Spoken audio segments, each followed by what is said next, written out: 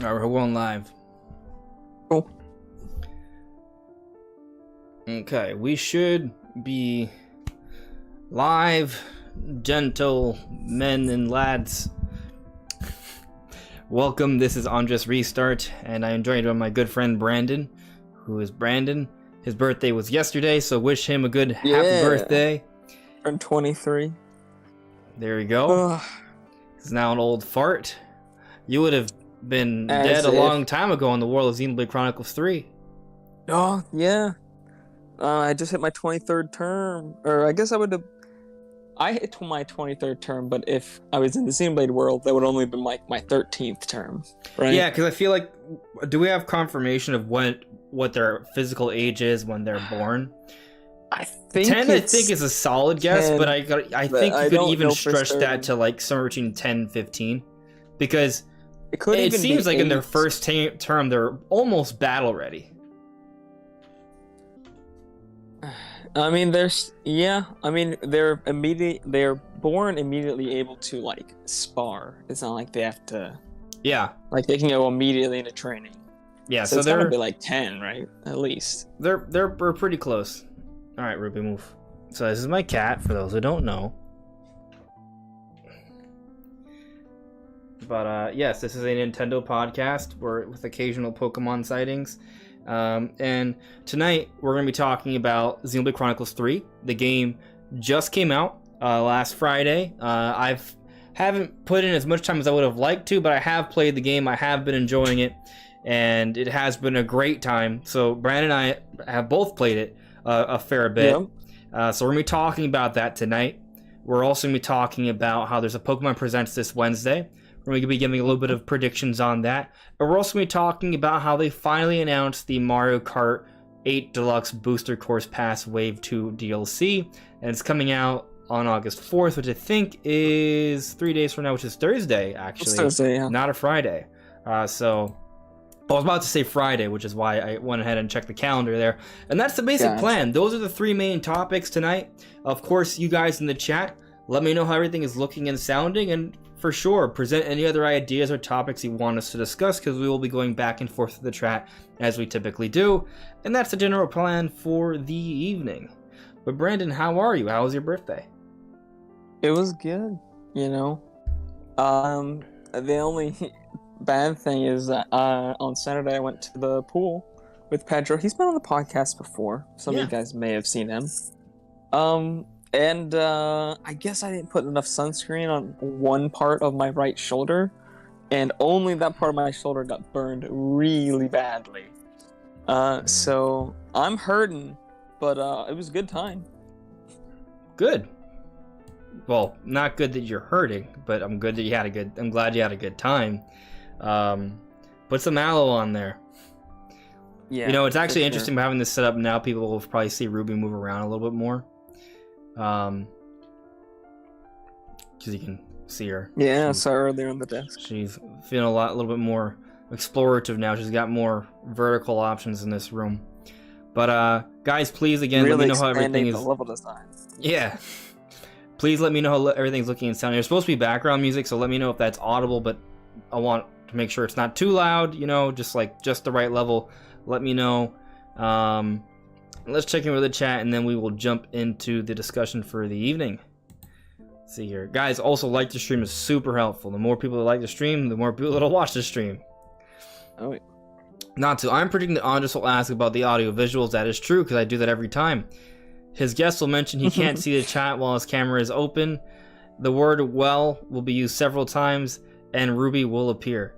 Well, it appears we have an avid watcher, because that has all happened many times before. Today. Yeah. So I'm looking at chat right now. I didn't say anything. Hello there, Hash. Hello there, the Joker. Hello there, D'Amico Velos. Good evening. Yes, happy Xenoblade Chronicles 3 week. It's a good week. It is a very good week. Charles Tradell, hello there. The Joker, I am doing well. I think Brandon's okay, a little burned, but, you know, he'll make it through. Having Hope 5, happy Monday. Guy you don't know, hello there. Having Hope 5, I'm glad you appreciate the background. Mike T, Hi guys, could you tell me if you're going to spoil a story in your discussion? I can't listen then, sorry. We're not going to spoil a story. I've only played 6.5 hours yeah, in. we're still very early on. Like a couple hours? I've played more than 2. I've played 5? About I have 5 not hours? seen anything that happens in the story that are not already in the trailers, pretty much. Yeah, I mean, if you've been paying attention to previews from a spoiler perspective, we're not going to really ruin it for you. We're really just going to break down more on our impressions of the game, what we've heard in terms of the critical reception and our overall feel of the game. And, you know, I think that's, at least to me, it's more valuable than spoilers per se.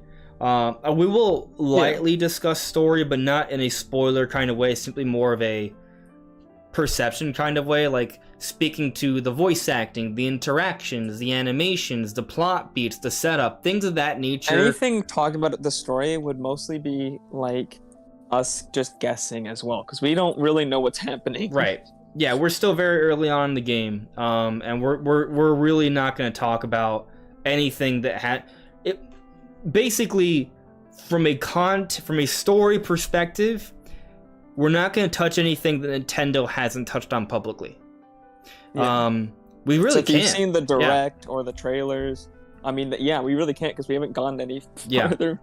But, you know, we are going to talk about the gameplay. We are going to talk about the audio. We're going to talk about the voice acting, the animations. We're going to talk about so many things about the game. The tutorials, the combat. There's so much. I mean, we will speculate somewhat on where the story is headed, but it is speculation. We do not know what is going to happen. So I would say this is a pretty spoiler-free discussion. I wouldn't be worried about it at all. Yeah. This will be this is less spoilery than Nintendo's own presentation. Let's just say that. Although we are pretty good at speculating, but again, it will be speculation. So you know. Mike T, you're saying the level of music is good. Having Hope 5, you're saying you can hardly hear the music. This is a tough one. That's why audio balancing is hard. You never know what it's going to sound like on a different setup. Yeah. It is meant to be like a very subtle background. So yeah. We also tune the audio for headphones. So if you're listening on like a TV with speakers, you probably won't be able to hear the music. That is another good point. Yeah. Because the thing is, if it's sometimes, basically, if the music's not audible, it's not the worst thing in the world as long as you hear our voices clearly.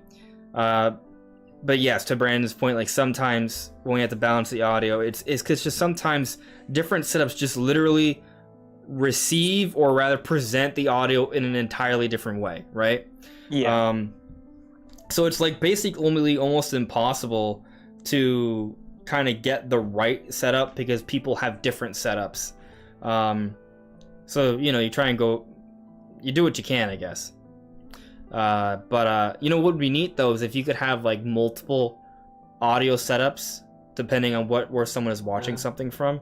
You know what would be cool is if you could send your audio in instead of as like a one compressed audio file, but as like separate audio channels for your mic and like other people's mics and the audio, like send it in as just raw data so that people on the other side can change it themselves. That'd be nice. But it would take a lot more data to do. Yeah, you would also have to be uploading multiple things, not just one video, right? Well, no, it'd be one video just with multiple audio. Yeah. It's just more audio data. You'd have to build the website to accommodate that, obviously. Yeah. So, it is what it is. But yeah, let's get into the discussion here though. The Joker. Would you say Xenoblade Chronicles 3 is new player friendly? I haven't played many JRPGs and haven't played any Xenoblade Chronicle games. So from everything I've heard, the answer is yes. Yeah. From everything I've experienced, I would also say the answer is yes. Now, if anything, I think they over-explain things. Because I don't know if you've made it far enough into the game, but there are tons of times where they force you to go in the menus and step by step do exactly the tutorial. So you're gonna know how to do things whether you like it or not. You're gonna learn because you have to actually do it. a lot of times. Yeah, I think the game is... There's nothing... Yeah, you if you haven't played it, don't worry. Like, you're totally fine in getting into it. I think you can jump into this one without any prior history, and you will fully enjoy the game. But at the same time, if you've played 1 or 2, there is a number of subtle details that you can sort of be like, oh, okay, that's from such and such game. I wonder how that got there, right? So, for example, the Urian Titan is in the game. It's on the front cover of the game, along with the Mechonis sword, and these are giant monuments, or they were... See, the thing about Xenoblade is that the land masses are also giant titans at the same time, or pieces of titans. So the Mechonis sword is an entire valley that you explore in Xenoblade 1. Okay? And that was literally a giant weapon of a giant titan that at one point moved around and fought. But it was so big, after the fight ended and stopped moving, it was basically a giant, massive valley you could explore. And the 2 titans from Xenoblade 1 are basically just 2 continents that were connected. That's how big they were. And then in Xenoblade 2, it's somewhat similar. It's basically multiple continents that are these giant creatures that are moving around the Cloud Sea. One of them is the Urian Titan, this giant whale-like thing. So you see the whale early on in the game. It's just a quick shot, but you also see like giant like explosions causing like matter to just like disappear. It's not made clear, at least that where I'm at in the game, if those are actual explosions or if that's like matter disappearing to another realm or something like that. So you know, it's left up for interpretation, at least at where we're at. But the common theory, it's not even, well, I think it's a pretty well supported theory given what Nintendo's already told us. Nintendo has told us that Xenoblade Chronicles 3, the world of 3, is a combination of the worlds of 1 and 2. They merge together. Right. And if you play both 2 and Future Connected, which is the epilogue story in Xenoblade Chronicles 1 Definitive Edition, they both have hints towards what's going to happen in 3 in terms of the setup. The setup being that basically the worlds are merged. Why exactly? You know, space, time, continuum, matter, quantum mechanics, portals, things of that nature. There's something amok there, right? Something going. There are details to that perhaps you could see. I just finished Xenoblade Chronicles 2. I actually would have had more time to play Xenoblade Chronicles 1. I mean, I'm sorry, not 1, but 3 this weekend. I actually had a full weekend this time to actually just do stuff. But I mean, I didn't just devote that to playing Xenoblade Chronicles 3, even though I kind of wanted to. I had to visit family, but I also took the time to get the set finally fixed up. There's actually a lot more adjusted here than what you see. I had to get different computer stuff going. There's still some light issues I need to work on, but you know, a number of things. Notice that the soundproofing hasn't fallen off yet. Yeah. So that may be adjusted for. You may see there's obviously another screen over there. There's other stuff over here. Lots of stuff. So that took some of my time.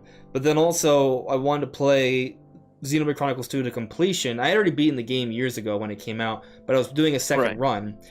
So, you know, I was playing through, and that actually took up a bulk of my week, and I probably played more of Xenoblade Chronicles 2 this weekend than Xenoblade Chronicles 3. I underestimated how much more it would take me. I was like, oh, I'm at the end of chapter 7 or 8, like, I can just blow through the fights. What's fascinating is that there's actually a ridiculous amount of, like, story being told in the Xenoblade games. Like, if some of the cutscenes can be 20 or 30 minutes. Some of the cutscenes are basically, like, mini anime episodes or something, right? Sometimes not even mini. They're big scenes, and they can take up a lot of time. And if you're gonna play through an entire Xenoblade game, there is hours of content of just cutscenes that you can watch within that game. Yep. Like, it's kind of interesting. Like, you think about the amount of time between one Xenoblade game and another, and then you think about how long it sometimes takes for movies or animes or TV shows to come out, and you're like, whoa, they basically gave us a similar amount of content in terms of watching, but then there's also an entire game around that as well in a similar amount of time. So that's kind of fascinating when you sort of think of it in that way. Just how much content there is in the Xenoblade games. It's crazy to me. So yeah, but anyway, going back to the point, there are things in Xenoblade 3 that if you played 1 and 2 and like maybe Torna or Future Connected or even X, there are hints and subtle clues that you'll sort of relate to, but they don't necessarily, you don't need them to understand really the core, the world, the characters, where the story is headed, nothing of that sort. It simply just adds a little bit more. Go on. It's pretty much the same as the second game, where if you'd played the first game, the second game had huge plot twists that tie into the first game. That's all I'll say. But if you play the second game and then you play the first game, you still kind of get those. I don't know. I don't think there's any less of an experience because they both have like massive plot twists at the end that unravel into each other. So either one you do first, the other one you kind of like see the connection in. So it's kind of like the same effect either way, just slightly differently. You get what I mean? So I feel like in the same way, like if you play 3 first and then you play 2 and 1, you'll see the connections to 3 when you're playing the other games, and you'll still get that same kind of effect. Yeah. Yeah. There's no issues there. I see Anonymous things, too many spoilers. There's no spoilers. We're not talking about spoilers. I haven't said anything. Yeah. What are you talking about? Yeah, there's no spoilers, so don't worry. You may be gone already, but there's no spoilers, so yeah, no worries. But yeah, it is neat kind of looking at certain things and making certain connections. But the main stuff is not, you don't need any prior history for. I do really enjoy kind of like I don't know. There's so much I've already enjoyed about the game. Like I'll just say straight off the bat, the game feels a lot more polished than the previous games. You know, it's interesting, right? Because I was playing through 2 again, as I said earlier, and I was like, you know, I feel like this game actually has aged pretty well. Especially, like, maybe because they patched it up so it runs a little bit better. But the game, I think Xenoblade Chronicles 2 is pretty stunning in a lot of parts. But, you know, playing through the game in its entirety, there are certain things that haven't aged well. I mean, I'll even say they weren't even that well when they first came out. They were just issues the game had. Like, some of the animations of the game are pretty simplistic and awkward. I mean, that's just a fact. It's very clear that you're watching a video game. It's not like a super really well done cutscene. The lip syncing was off. You know, there was a lot of dialogue interactions that were clearly meant to be anime tropes, and I love anime. I mean, I watch more anime than I do live action. Like, that's just the truth. I enjoy it very much, but I think maybe some of the tropes didn't land extremely well in 2. And this is coming from someone who loves Xenoblade Chronicles 2. I'm not trying to slight it. What I'm trying to say, though, is that when you play 3, you will notice a significant difference in quality. Most of the story segments seem a lot more well put together. Everything seems like there's a more well-crafted, more properly directed direction. The dialogue cutscenes were just way more ambitious than anything we've ever seen. The amount of like different camera angles and just the scale of the cutscenes themselves, like just the fact that they can show like this huge battleground with tons of like characters fighting on screen and these huge titans just going at it, and then just instantly with no like. There are some camera cuts in the cutscenes, but there are points where there's just like no cuts and they just zoom the camera down. And it's just like, god damn. I do believe sometimes those are pre-rendered, but there's no loading screens in between the pre-rendered and the live, like the actual like in-game shit. There's one transition that I really matter. like. Have you gone to the Ouroboros scene yet? Again, this is something Nintendo's literally shared months ago, so I don't really qualify as I'm surprised spoiler. you've gone to that. That took me about 4.5 hours to get to, but I was exploring like everything. So you did get to it though. Yeah, I'm already way past that. Yeah, I'm about 2 hours past that. I don't know if I wouldn't say I'm way past it. I'm in the next area. They recently let me start playing as Mio. I'm past that. I have my full party. Yeah, I'm in the first major area with your full party. I'm in the first part where they let you play Mio for the first time. You're right behind me. Yeah, I mean, I'm assuming they're gonna convene and then but the Ouroboros scene, which is where those big purpley things fuse and all that, is a really interesting moment where there's a cutscene. It's a straight up cutscene where there's a lot of animation and dialogue, and it's all really well done. Like the lighting, the particle effects, the scenery, the music, the voice acting. It's all superb. Mm-hmm. It's like all super well done, and it's pretty consistent throughout all of this. And then you see like a close up of the enemy in question. And you can tell that the cutscene is ending because he's sort of standing there very clearly in an ominous, sort of intimidating kind of way. But that's where like the scene sort of ends, like him having like a bit of a monologue, right? Mm-hmm. And then the camera just zooms back out, and it's all right, time to fight him. So it's super seamless. It looks like there's no like that was impressive as hell. Little snaps, loading screens. It just looks like the game transitioned from cuts. Like there's no cuts. It's just straight up. Here's him. It's a huge monologue after a series of attacks and saves and really cool plot beats. And so there you go. Cutscenes. Yeah, it like was just those like little cuts. Like those are pretty big story beats, but they're not like the biggest story beats in the entire game. I feel like already we're seeing like better quality like than anything we saw even in like the biggest cutscenes in 1 or 2. Yeah, it's on our level. There's nothing that come close. It's on our level.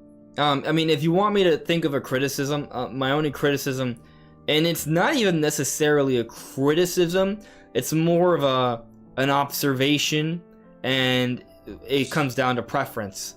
The opening of the game, I wouldn't say it's long. There's a few minutes, and then they let you play for a little bit, and then it's another long scene. They let you play for a little bit, and it's another long scene. So I think it's relatively balanced.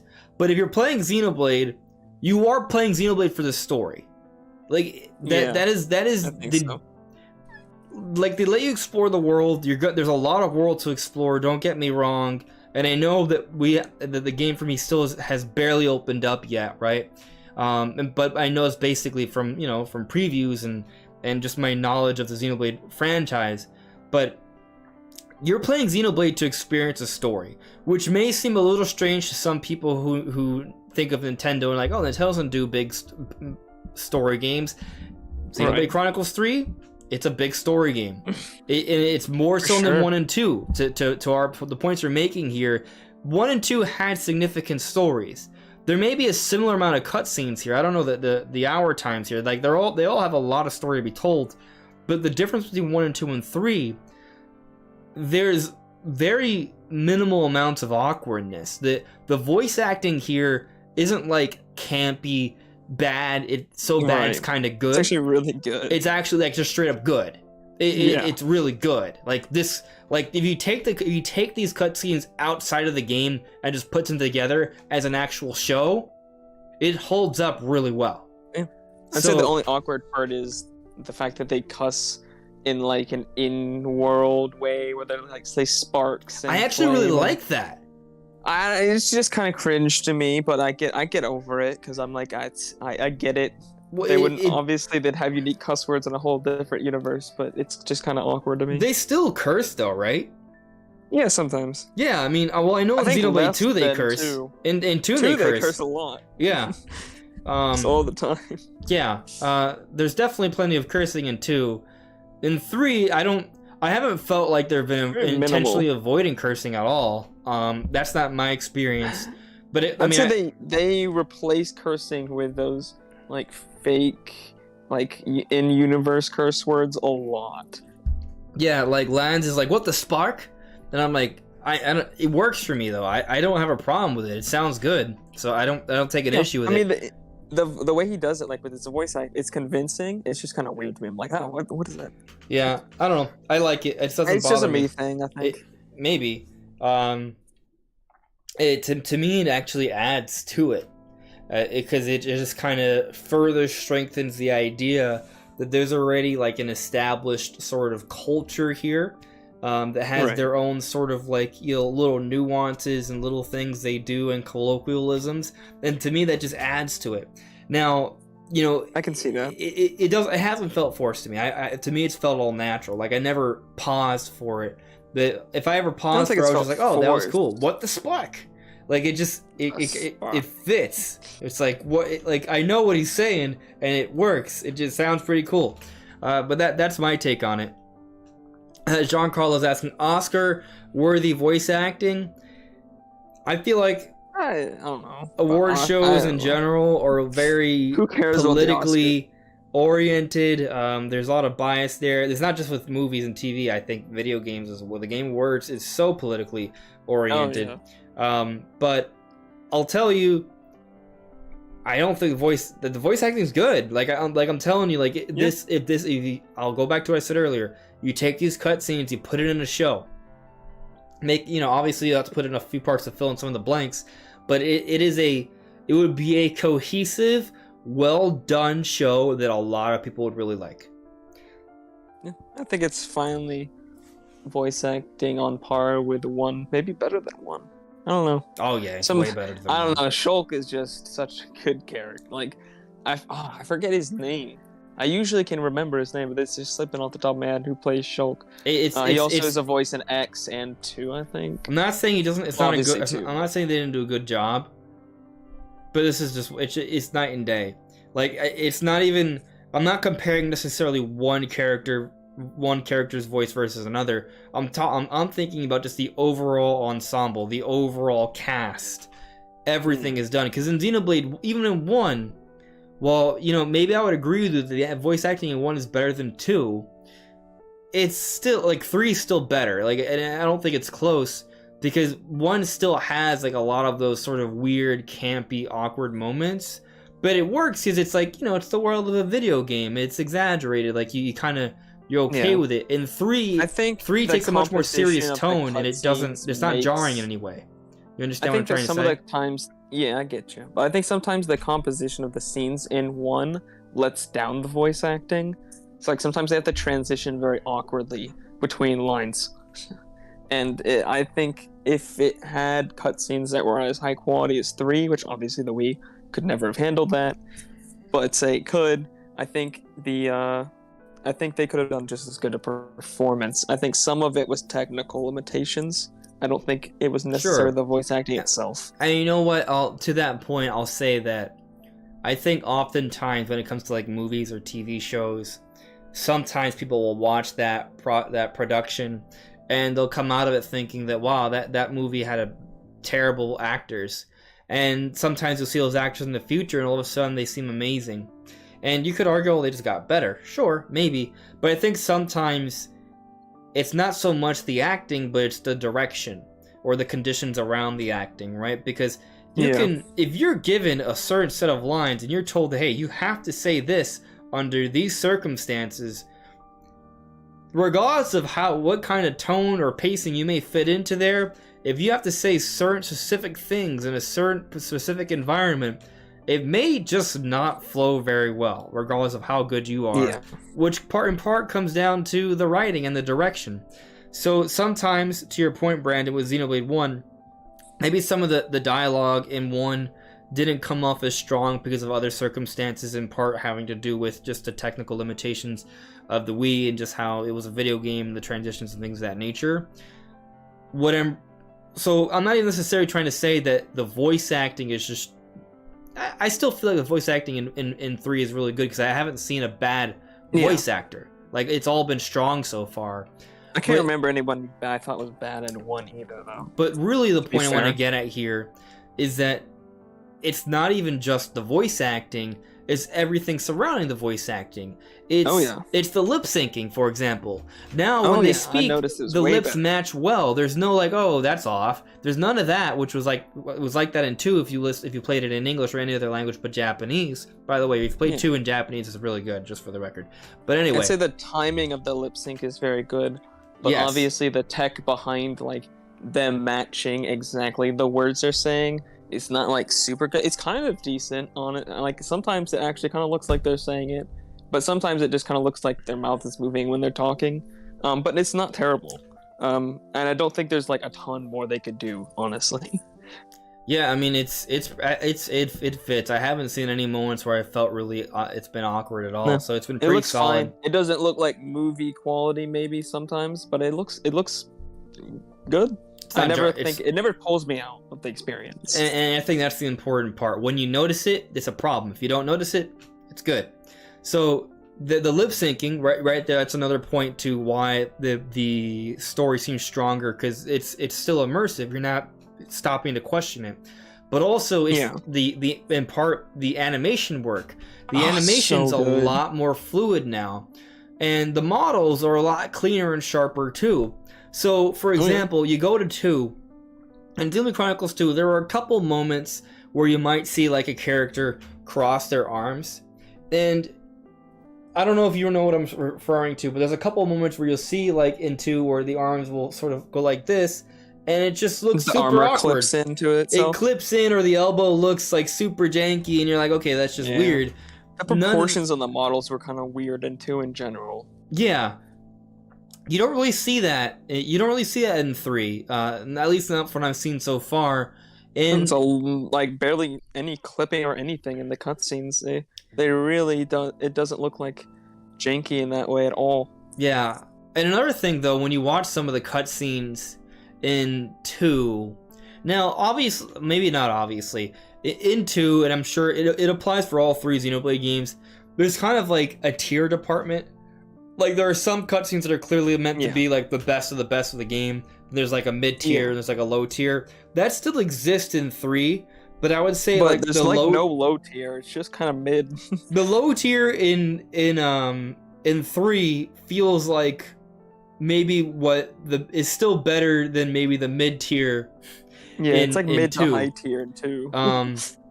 And really what I'm getting at here is it's specifically the animations that I'm really thinking about. So like you play 2, and honestly I don't remember 1's animations. It's been a few months since I played, and I don't remember it being as bad.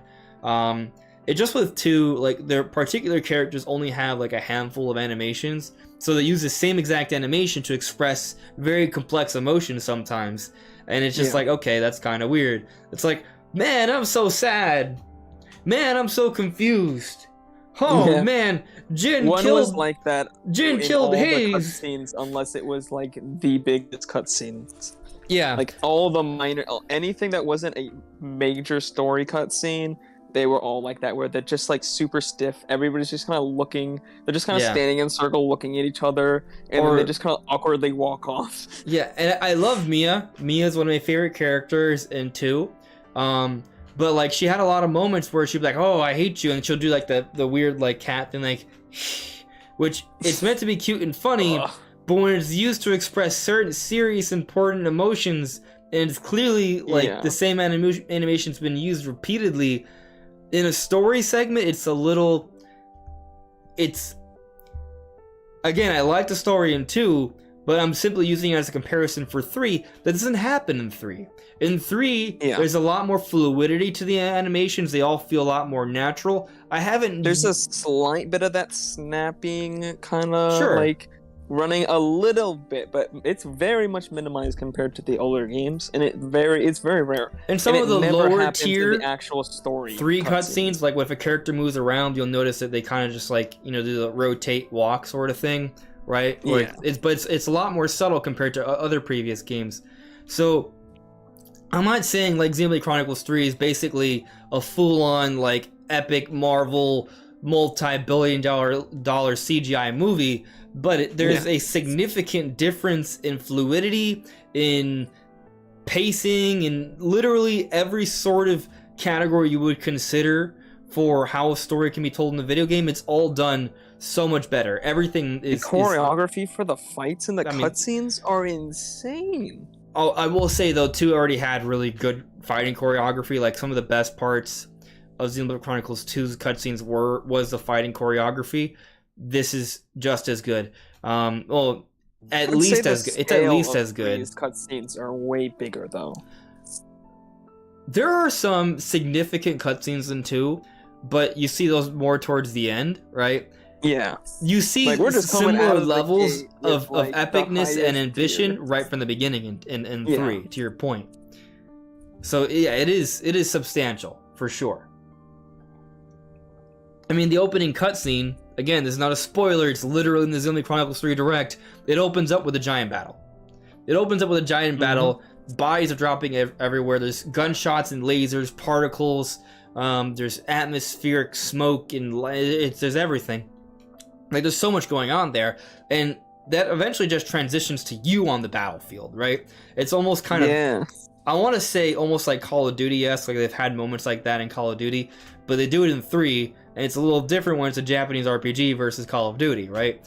So, it's cool. It's cool. There's definitely a lot that's just really well put together here. But I'm not going to just completely just talk about how well the cutscenes are put together in 3. I think we're going to talk a little bit more beyond that. But coming back to the chat here, Rizgy Gumilier says, so what's your opinion on people trashing Xenoblade 3 because it's not 60 frames per second? So I'll say that I haven't even noticed people complaining about that, or if I've seen it, I've just ignored it because I just don't take it seriously. I've seen a single person say that.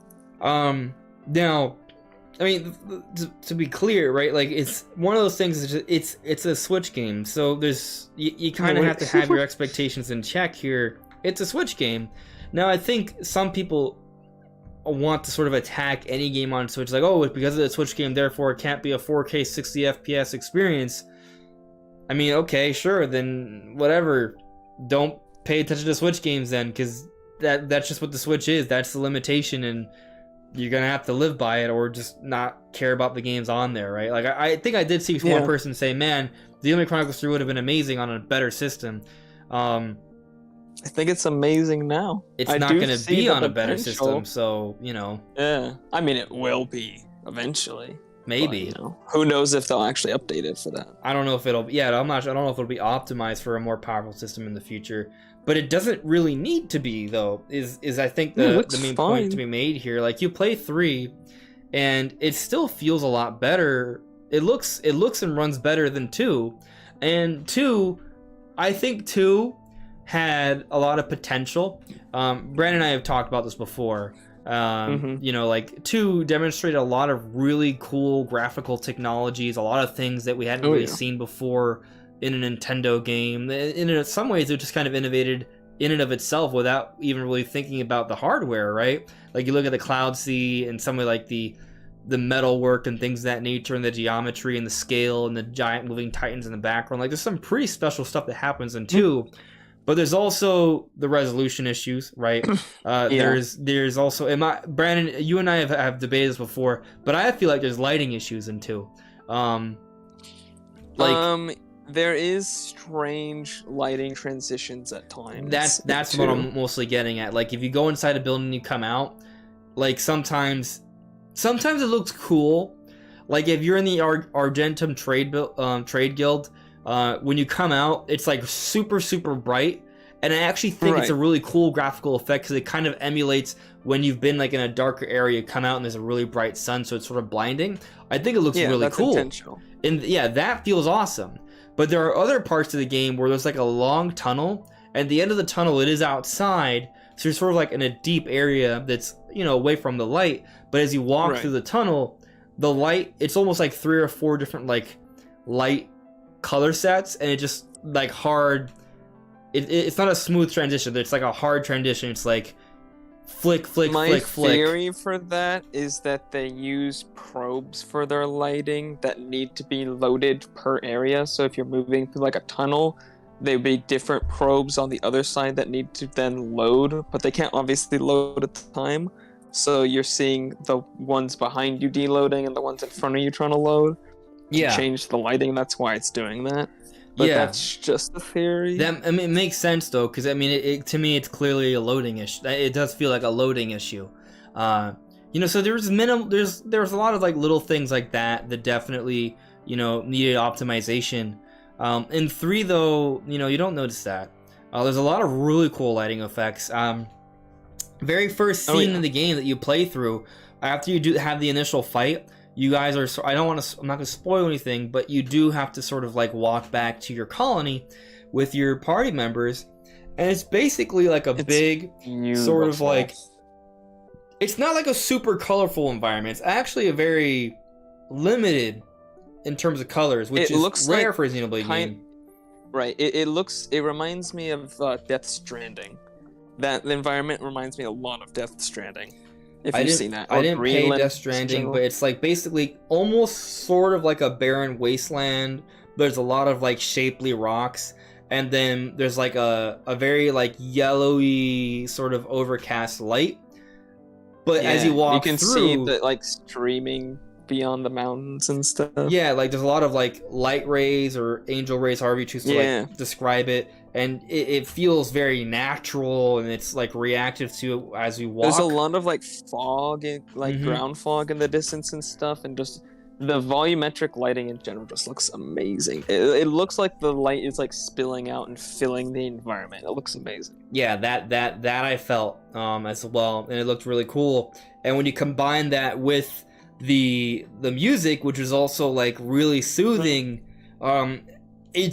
it's a pretty nice experience, sort of getting back to that colony, your first moment, sort of roaming around an environment. And it's at this point that they're sort of also introducing you to some combat mechanics little by little, which we'll get to a little bit later. Yeah.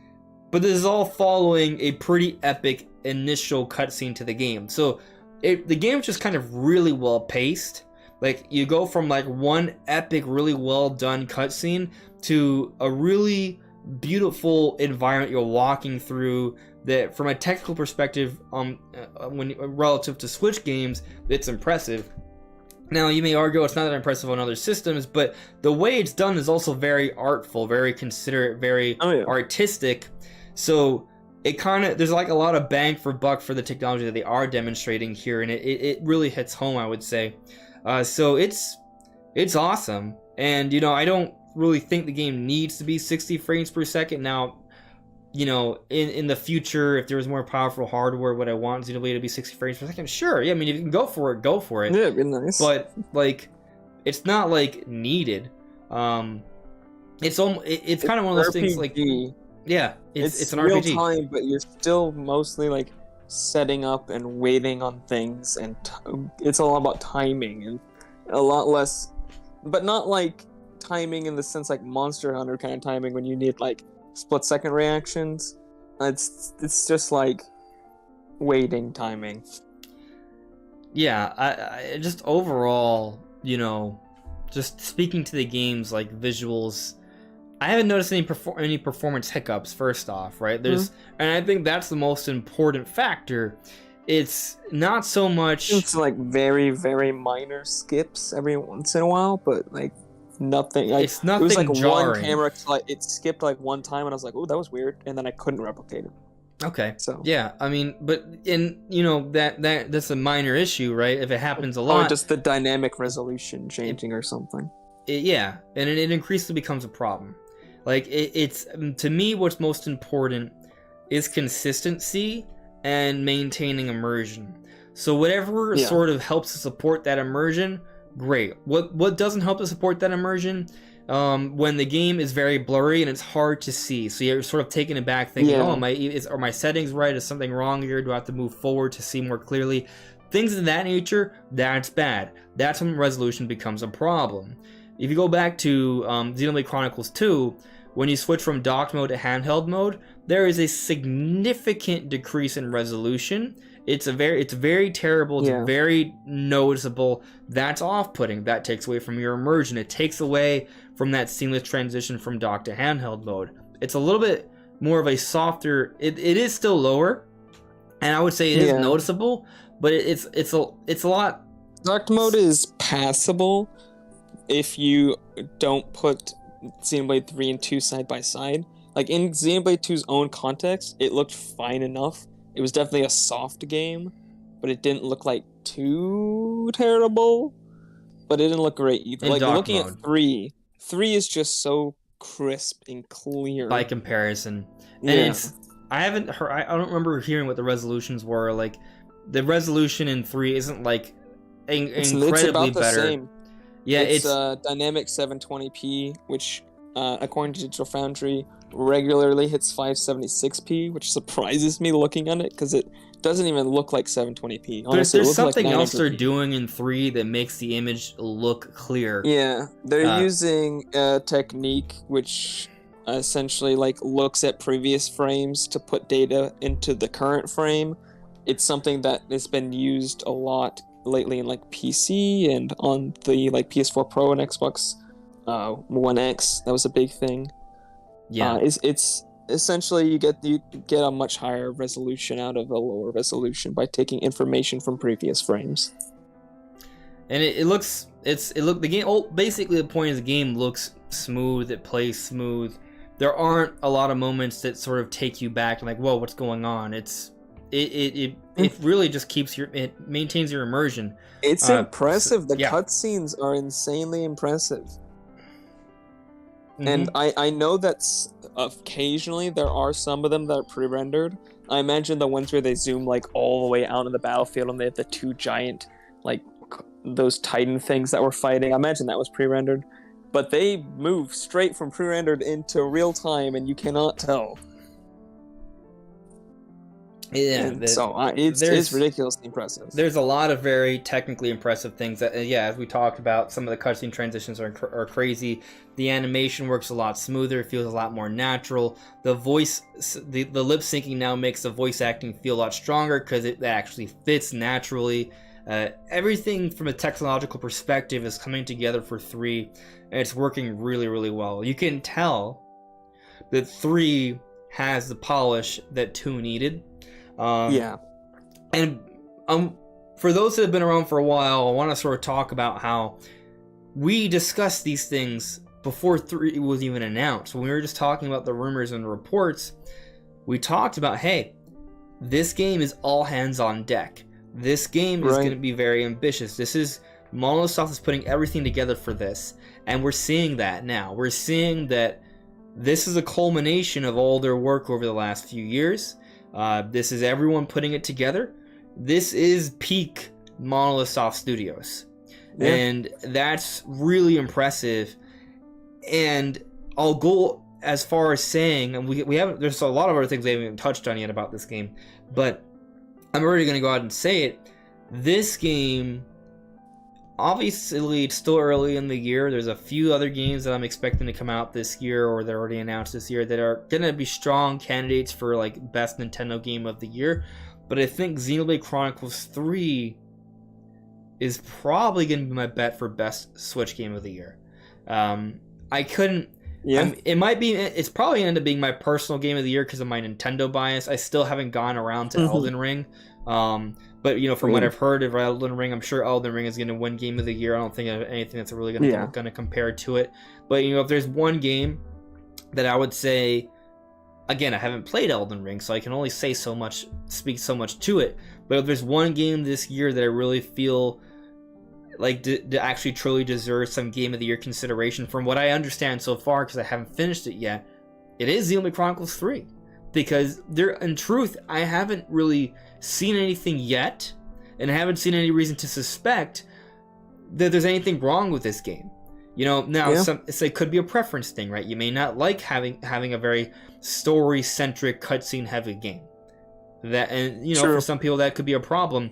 But if that's the experience you're looking for, you're going to get this, and it's not light from a gameplay perspective. All right, I want that to be clear. Xenoblade Chronicles 3, there's hundreds of hours of gameplay here, clearly, but there's also a very rich and well-told story, better than any other story told in a previous Xenoblade game. I could even argue maybe we're looking at the best told story in a Nintendo game, period.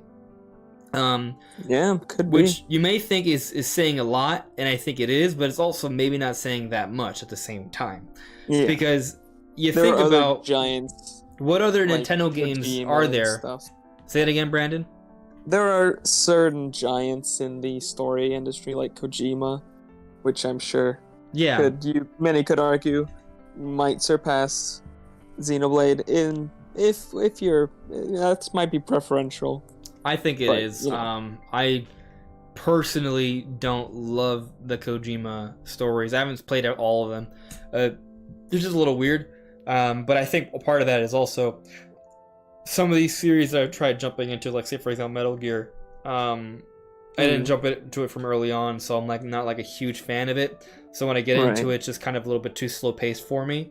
And I think part of the problem is the cutscenes can be kind of abstract, and that's not necessarily a bad thing. It can be a really cool thing, but then the gameplay sometimes is kind of abstract too, and it's not like immediately engaging for me. So that's why I've had some personal issues with some Kojima games. This is not even, I'm not trying to criticize Kojima games. I'm just saying it's a preference thing there for sure. Yeah. But I'm not even trying to compare the Xenoblade to necessarily other games, because I mean, let's be real, there's not really too many Kojima games that come out on Nintendo systems. I'm simply thinking about like Nintendo games here, and there aren't too many Nintendo games that I would say have a really, really strong story. And there are some. You could Skyward Sword. Skyward Sword was, well, I was about to bring it up, right? That's like a prime example of a well-told story in a Nintendo game, but there isn't any voice acting in that, right? No, there is and not. the voice acting in Xenoblade 3 is superb by comparison. We've already talked about it ad nauseum how the story seems to be way better told than 1 and 2. But Xenoblade is kind of like Nintendo's like premier like story-centric RPG. Yeah. So, you know, I mean, I think 1 already had the spot before 3, so to be in my honest opinion. Before and we'll have to see if 3 beats 1 for me. Obviously, I'm not gonna say either way because I think the presentation obviously of 3 is way better. But we'll have to see if the story itself engages me as much as 1 did. Paper Mario and Fire Emblem also do things pretty well, but yeah, I think Paper Mario is great. I think, and Fire you know, Emblem's there are other games that tell story in a less traditional sense, right? Like you could argue Metroid Prime has a really good story, but it's more of an atmospheric adventure, right? And it's told through the gameplay, which is a beautiful thing. It's more world building. More world building, sure. Metroid Dread, I think, has some pretty good, you know, story beats, but it's not like an epic. It's epic, but it's not like the textbook definition of what an epic is. So, not by comparison. Anyway, point is, I think Xenoblade Chronicles 3, we're looking at one of the best told stories ever for a Nintendo game.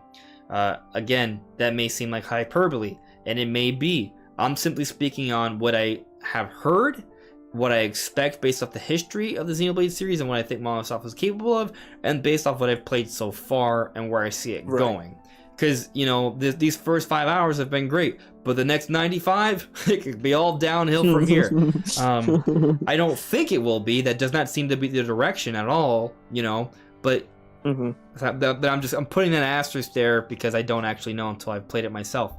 But anyway, it's very, very strong. So, you know, I'm super impressed. You know, something I wanted to bring up before we move into talking about the gameplay, the tech that they're using for that I was talking about earlier to make the resolution look higher. A lot of people are speculating just because Monolith is also working Breath of the Wild, and the trailers we've seen for Breath of the Wild look very high resolution for Switch, and they look very nicely anti-aliased for Switch, considering that Breath of the Wild had no anti-aliasing at all on the original. So I would not be shocked if Monolith Soft's like, you know, we're working on this game, so you might as well share tech. And, you know, some of the technical prowess we're seeing in Xenoblade 3 could transfer over to Breath of the Wild 2. Yeah, I mean, we know Monolith Soft has been working on stuff. I mean, you look at what they achieved with Xenoblade Chronicles X, right? And then you see Breath of the Wild. Now you take a look at Xenoblade Chronicles 3, wonder what Breath of the Wild 2 will be like, right? like X is like the beginning of their sort of modern like tech, and then Xenoblade Chronicles 3 is like, I mean, I'm sure they're going to continue to improve upon it, but it's like their peak so far, right? For Switch era, yeah, it's definitely the peak. Yeah. But of course, Mall stuff does work on other games like Zelda and Splatoon. So they don't develop. Mall stuff isn't the only developer behind them, but they kind of work on like the overworld geometry, things of that nature. Level design, geography. I meant geography, but geometry also applies to that. Yeah. It's their worlds are. They do a great job at creating large worlds, and it's going to be interesting to see how they've improved for Breath of the Wild 2 versus 1, when you also think about how much they've improved with Xenoblade X versus 3, right? Or even from 2 to 3. Like that's already substantial. So, X to 2 is a pretty big jump, and then at 2 to 3 has been another big jump. Yeah, some people feel like X looks better than Definitive Edition. I think X 2 is arted better than 2, but the tech in 2 is definitely better. I think what we're seeing is an even more refined version of the tech in 2, with more care and art direction in 3.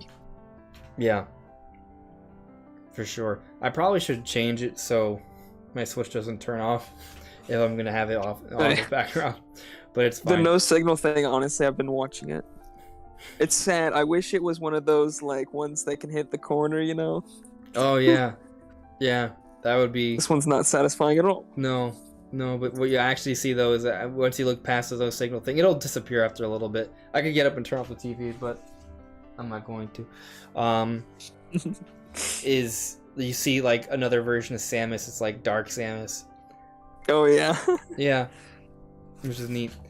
But yeah, let's check the chat real quick, and then we'll talk a little bit about the combat. And I think we'll see we'll go from there.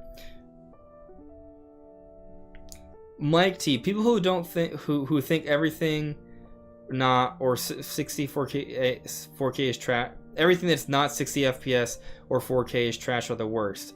They don't like games at all, or Amiga 500 and Game Boy all games looked like trash, but they were still a lot of fun. I mean, some of my favorite games are running on calculator level hardware. That question, because they said that GBA looked like trash. When it came out, it did not look like trash. Maybe nowadays.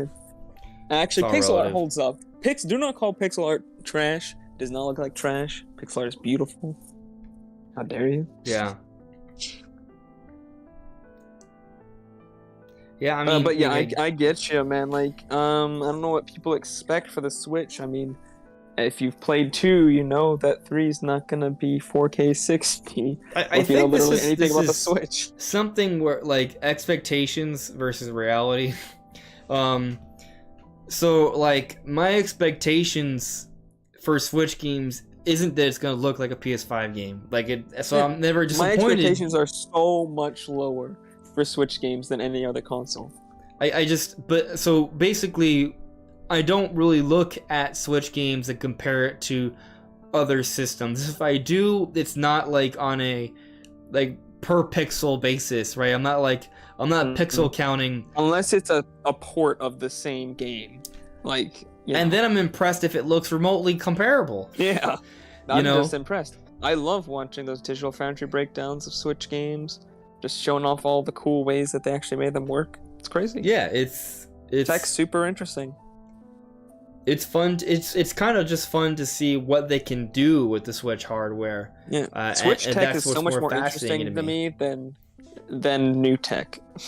To be honest. And it's actually kind of strange, and a lot of just being fully frank here, I do think there's a little bit of like straight up Nintendo bias when I see something like Xenoblade Chronicles 3 and I see some of the cool effects they do there, because it's happening on a Nintendo game on Nintendo hardware. I almost kind of appreciate it more. part of that is just straight up, I like Nintendo, so I want to see Nintendo things be good and awesome and do well. Right. But also, it's an appreciation of what they're able to accomplish with less it is harder horsepower. for them to do that. Like, it's actually harder for them to make the game look as good as... They could make games look... I mean, just look at the Pokemon Company. They make games that look good enough, but they don't push the Switch. And obviously that's not their priority, and I'm not saying maybe that should be their priority or not. I'm not going to say that, but they don't. It's just straight up the facts. They don't push the Switch in the same way.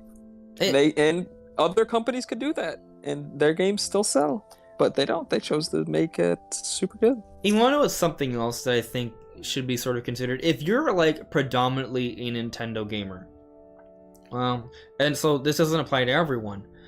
I do play other systems, right? I play PlayStation games. Occasionally I play PC play Call of games. Duty a lot. Yeah. I love PC. Once I get my new graphics card on my PC, I'll be playing that more. Yeah, and so my point simply is I am acquainted with higher performance systems with better running games. Like, I am acquainted to that. It's not like it's unknown. I am heavily acquainted. I know a lot about the tech. Yeah, and I do pay attention to other games as well, right? But when I play Switch games, I still find myself impressed visually. Part of it's expectations, part of it's just, the artistic nature of it. But I also think that when you look at where Nintendo came from, the games look substantially better now than when they did on the Wii U or on the Wii. I think or even early Switch. Yeah. Absolutely, and part of that is something you tend to see a lot on games on per generation. Like, early generation games tend to look worse than new generation games. Late generation games end up looking pretty much like a whole generation apart from the early generation games. Yeah. Now, I remember back on the Nintendo Wii, even the Nintendo Wii compared to the GameCube, even though it was technically only 2 times more powerful, which in terms of video game terms, it's actually not that much. It's a very subtle difference. I found that it still felt like a sizable jump in a lot of cases. Why is that? Well, part of it is it was still technically more powerful, but also Nintendo was smart about their designs for a lot of their games, and they were maybe a lot more artistically centric. There is zero chance that Xenoblade Chronicles could have run on the GameCube. Like, Xenoblade just barely worked on the Wii. They got Xenoblade to run on the CPU and half the GPU. They got Xenoblade Chronicles to run on the new 3DS. Yeah, it's weird. To be fair, at a much lower resolution. Yeah, it looks clearly worse for sure. It's a lower resolution. Yeah, it's only 240p. So yeah, that makes a big difference. And it's the 3DS was also using a much more modern CPU. The new 3DS than like the GameCube would have had. Anyway, after having played through 2 recently, like, I finished 2 for the second time. It was like 6:30 a.m. Sunday morning, and I was like, all right, it's time to play Xenoblade 3. I was determined to finish 2. Like, I was doing stuff all Friday evening, all throughout Saturday, and was like, I need to make sure I get everything done and ready so I can play 3. And I was about ready to pass out, but I still started 3. And immediately I could tell the difference. Like, there was only minutes apart between 2 and 3, and I was like, man, this game looks and runs better. It just does. And then I slept a little bit, and I played 3 some more, and I slept a little bit, played some more. So I got my sleep cycle back. I woke up at 7:50 today, so nice. I'm fine. But, point is, I went immediately from 2 to 3. I saw the entirety of 3 recently, the entirety of 2 recently, and I'm now playing 3, and there's a substantial difference there. But let's not talk about just graphics for the entire podcast. Let's talk about another element of the game, and then we'll get into our other topics here. So, the combat. I've been getting acquainted to it. You've said you've already gone to your party of 6. I've still been doing the party of 3s.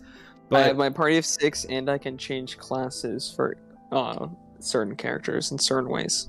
because you're at another level for me, but I've already, like, with what I've gotten, I've taken the time to try and master it, right? So you have the Kevis and you have the Agnes, right? Kevis is the initial people you start with that has Noah, Lance, and Uni. Yes, I remember their names. I'm so happy. Anyway, Jam.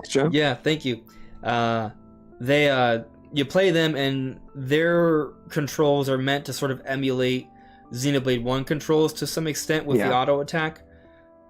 But there's some different things there, like you can now do a dodge, and I'm trying to figure out. There seems to be a way to take advantage of the dodge and blend it with the auto attack, so you can seamlessly transition from auto attack to blade in different position. I mean, not blade, but art.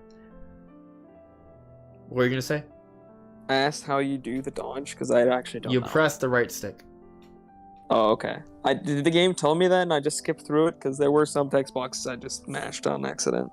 I don't know how I knew it. I probably was just paying attention to like previews, but regardless, I just test controls. Like I test every button on a controller to figure things out. Gotcha. I did not do that. Yeah. I didn't touch the right stick at all. But also, when you play a game at first, sometimes buttons don't do anything until they unlock it for you, right? Yeah.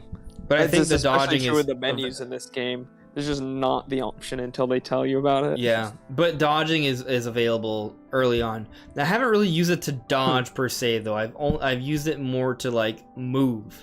Gotcha. Yeah, like, because with Noah, his attacks are beneficial depending on his positioning.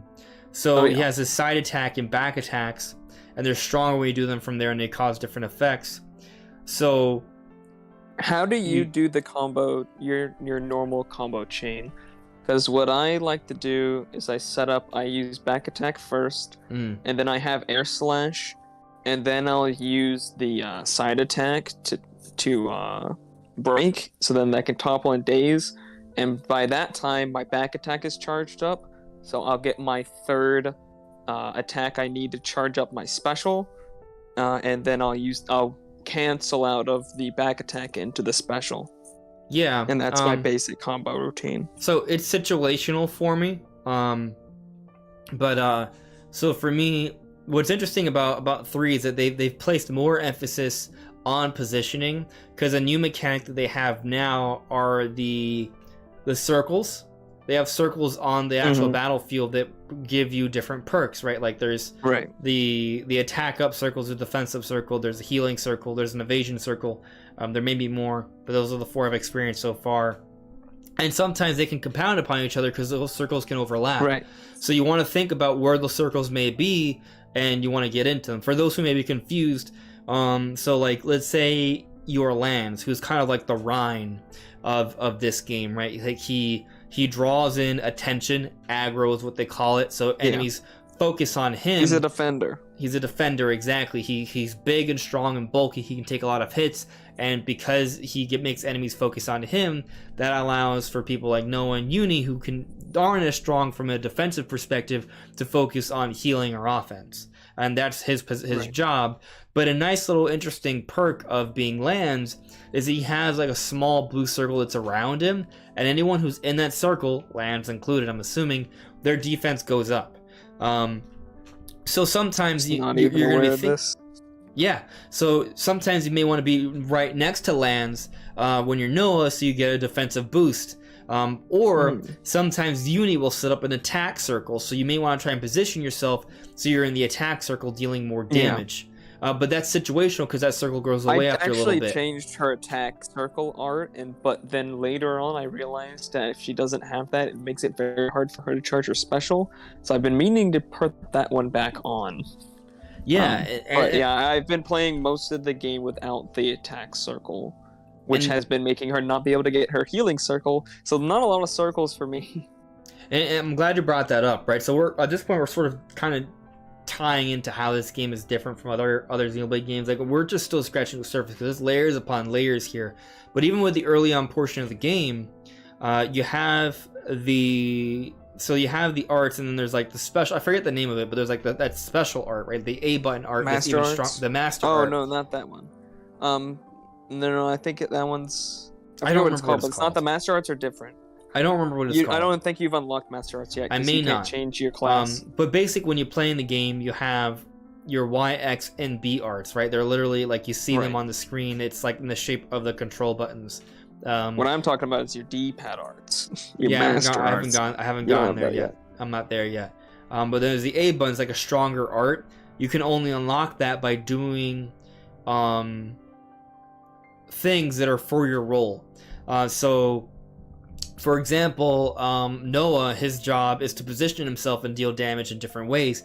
So when he does something like the back attack, if he uses the back attack from behind, it deals more damage. When he does that, because he's fulfilling his role of being an offensive attacker by taking advantage of position. If you conditional art that is also in your role, then it will charge it. Yeah, perhaps an example is more easy to understand is Uni, who's the healer. Whenever Uni does everything, or supporter, whenever Uni does anything that helps her team, her special gains meter so she can do it. So if she heals somebody, if she places the attack circle and someone's in it, those things are support roles. So if she does something that's actually supporting her team, she builds up her meter, right? If Ryan does something that actually defends, blocks a hit, that builds up his meter. Right. If Noah successfully does an attack that takes advantage of his position, it builds up his meter.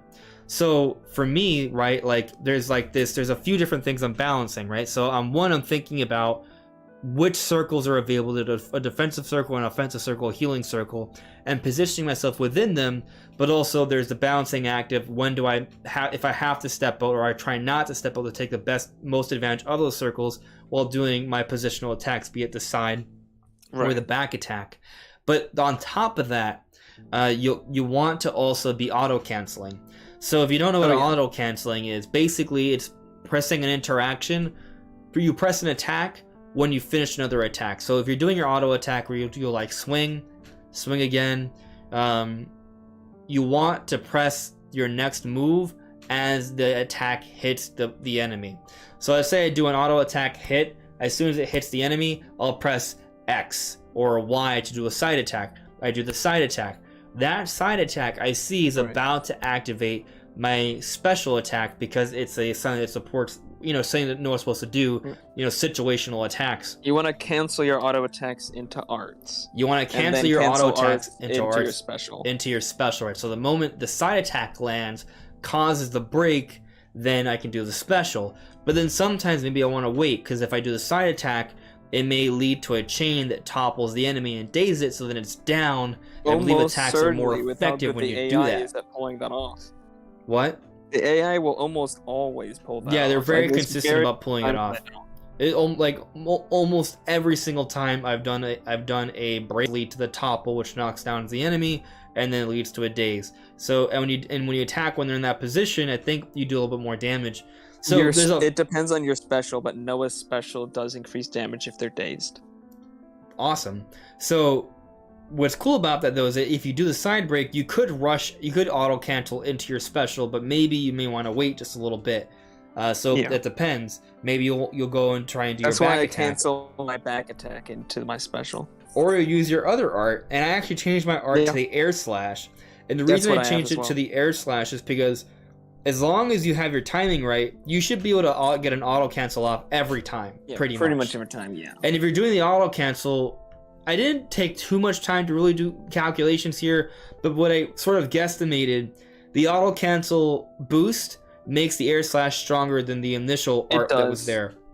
Yeah, so it has a faster recharge, it builds up your meter more, and it does more damage. That is also something that's different about how the damage works, is it's all based on percentage. So it just takes your damage stat, and then whatever percentage that it is for the attack, say like 230% of your damage stat, it will do that number of damage.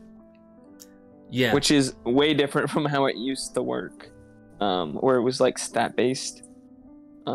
Just more like just numbers that were harder to understand exactly what they meant. Like here, you can calculate exactly how much damage your moves are going to do.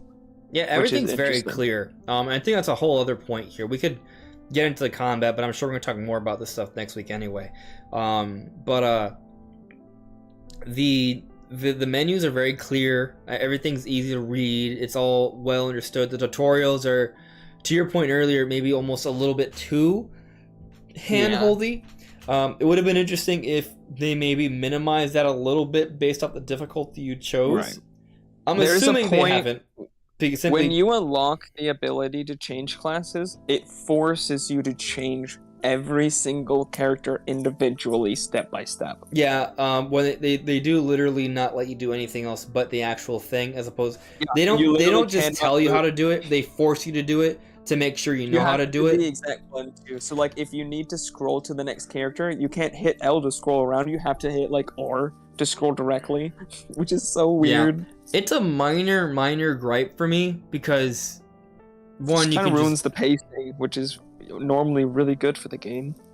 Yeah. Like, otherwise, the pacing is amazing, but those segments are just. I almost feel like it's a necessary evil though, because there's going to be a lot of people who don't get it, and especially with this one, because I anticipate that 3 is probably going to be the best-selling game in the series. Yeah. A lot more people are going to give this game a try, so it needs to be designed in a way where it's going to get people are going to get it.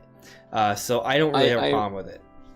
I will say, in 2, if they had done this, I wouldn't have not leveled up all of my field skills until like way late in the game, because I didn't realize they don't level up unless you look in the menu.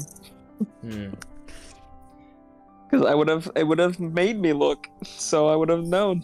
Haven't even seen field skills yet, so. No, I don't think they're in the game, are they? I know Hopefully there's things that you can do that are comparable, but they might just be situational, not necessarily. I don't know. I'll play more tonight after the podcast. Field skills was like a huge part of 2's just exploration. It just felt like gates for like no reason, or like I got to something but I can't do anything with it because I don't have the field skill. So it's like I explored but I get absolutely no reward.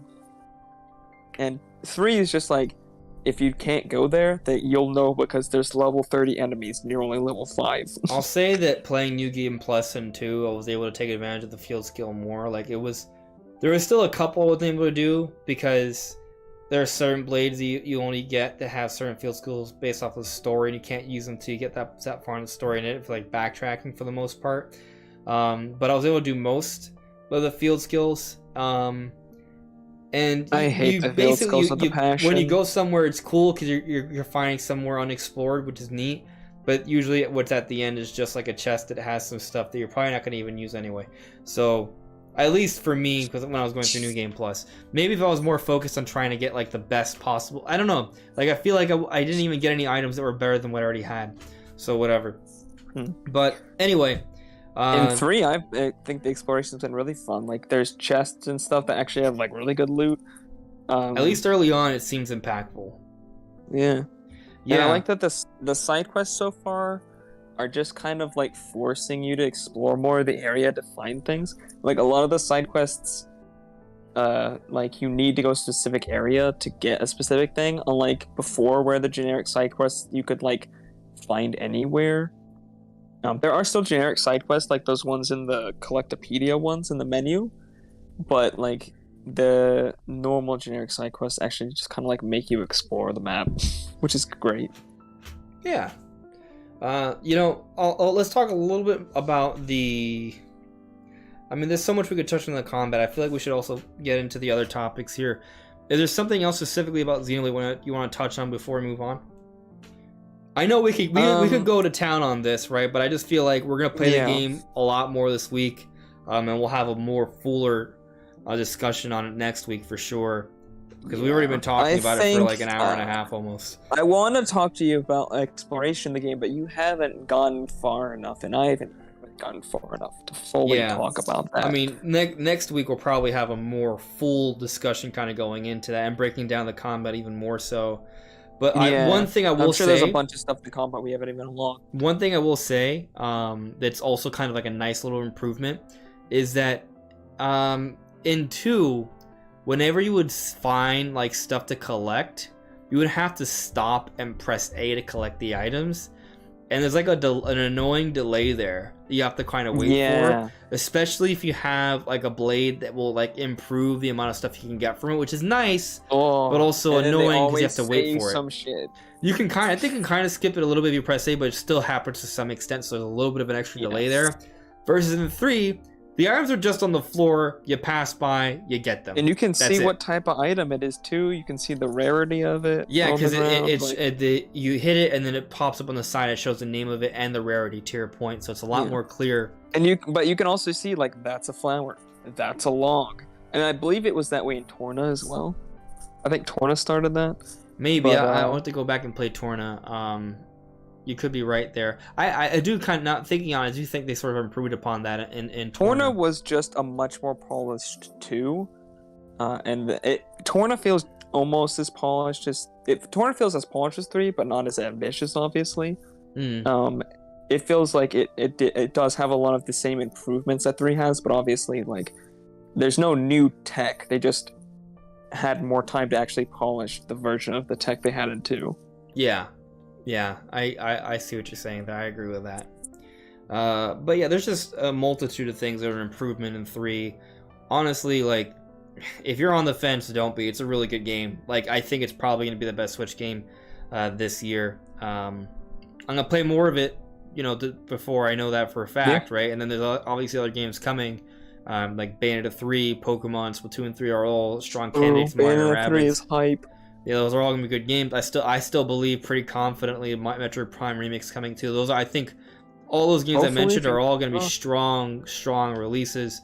But I feel like, I don't know, man, this is honestly, like, if you think about all that plus Xenoblade 3, like, it's actually a really good year for Nintendo.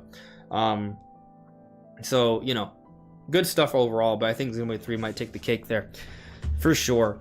If there's any other questions about Xenoblade, we'll get to it, but I do think we should move on to a couple other things here. So we got Pokemon and we got Mario Kart. Which one do you want to get into next?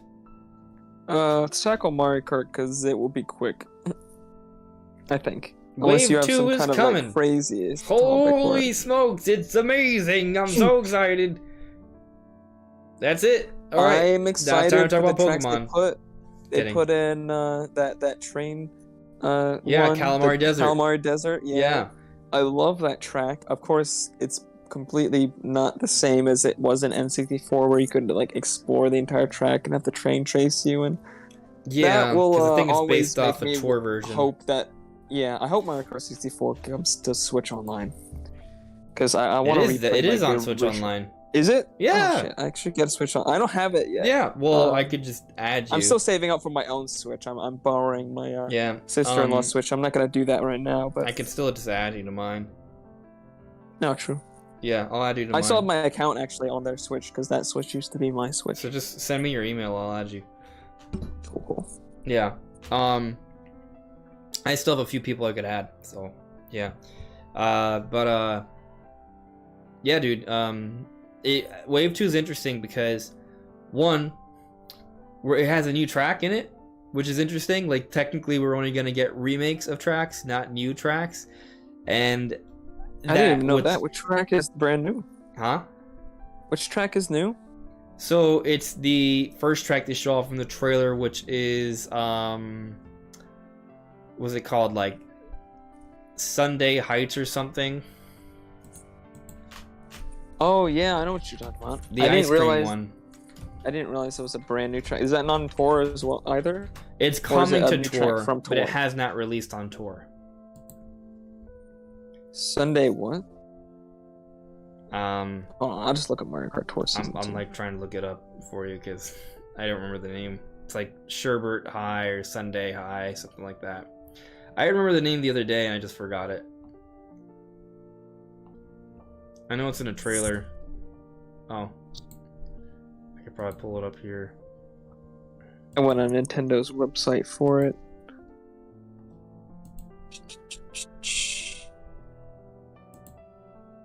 I'm like, Sky High Sunday. There you go. What did I say? Sherbert You High, said something like that. Sunday, I don't know. I think I knew Sunday and High were in it, but there's another one. You know, I am actually pretty hyped for this now that I'm looking through here. They got Mushroom Gorge from the Wii, Wii is actually one of my favorite Mario Kart games, even though people seem to not like it for some reason. Oh, I haven't played it I since I could was a just kid. show the website here. It talks about Yeah, each show one. the website. It's got all of them. Calamari Desert, SNES Mario Circuit 3, Tour New York Minute.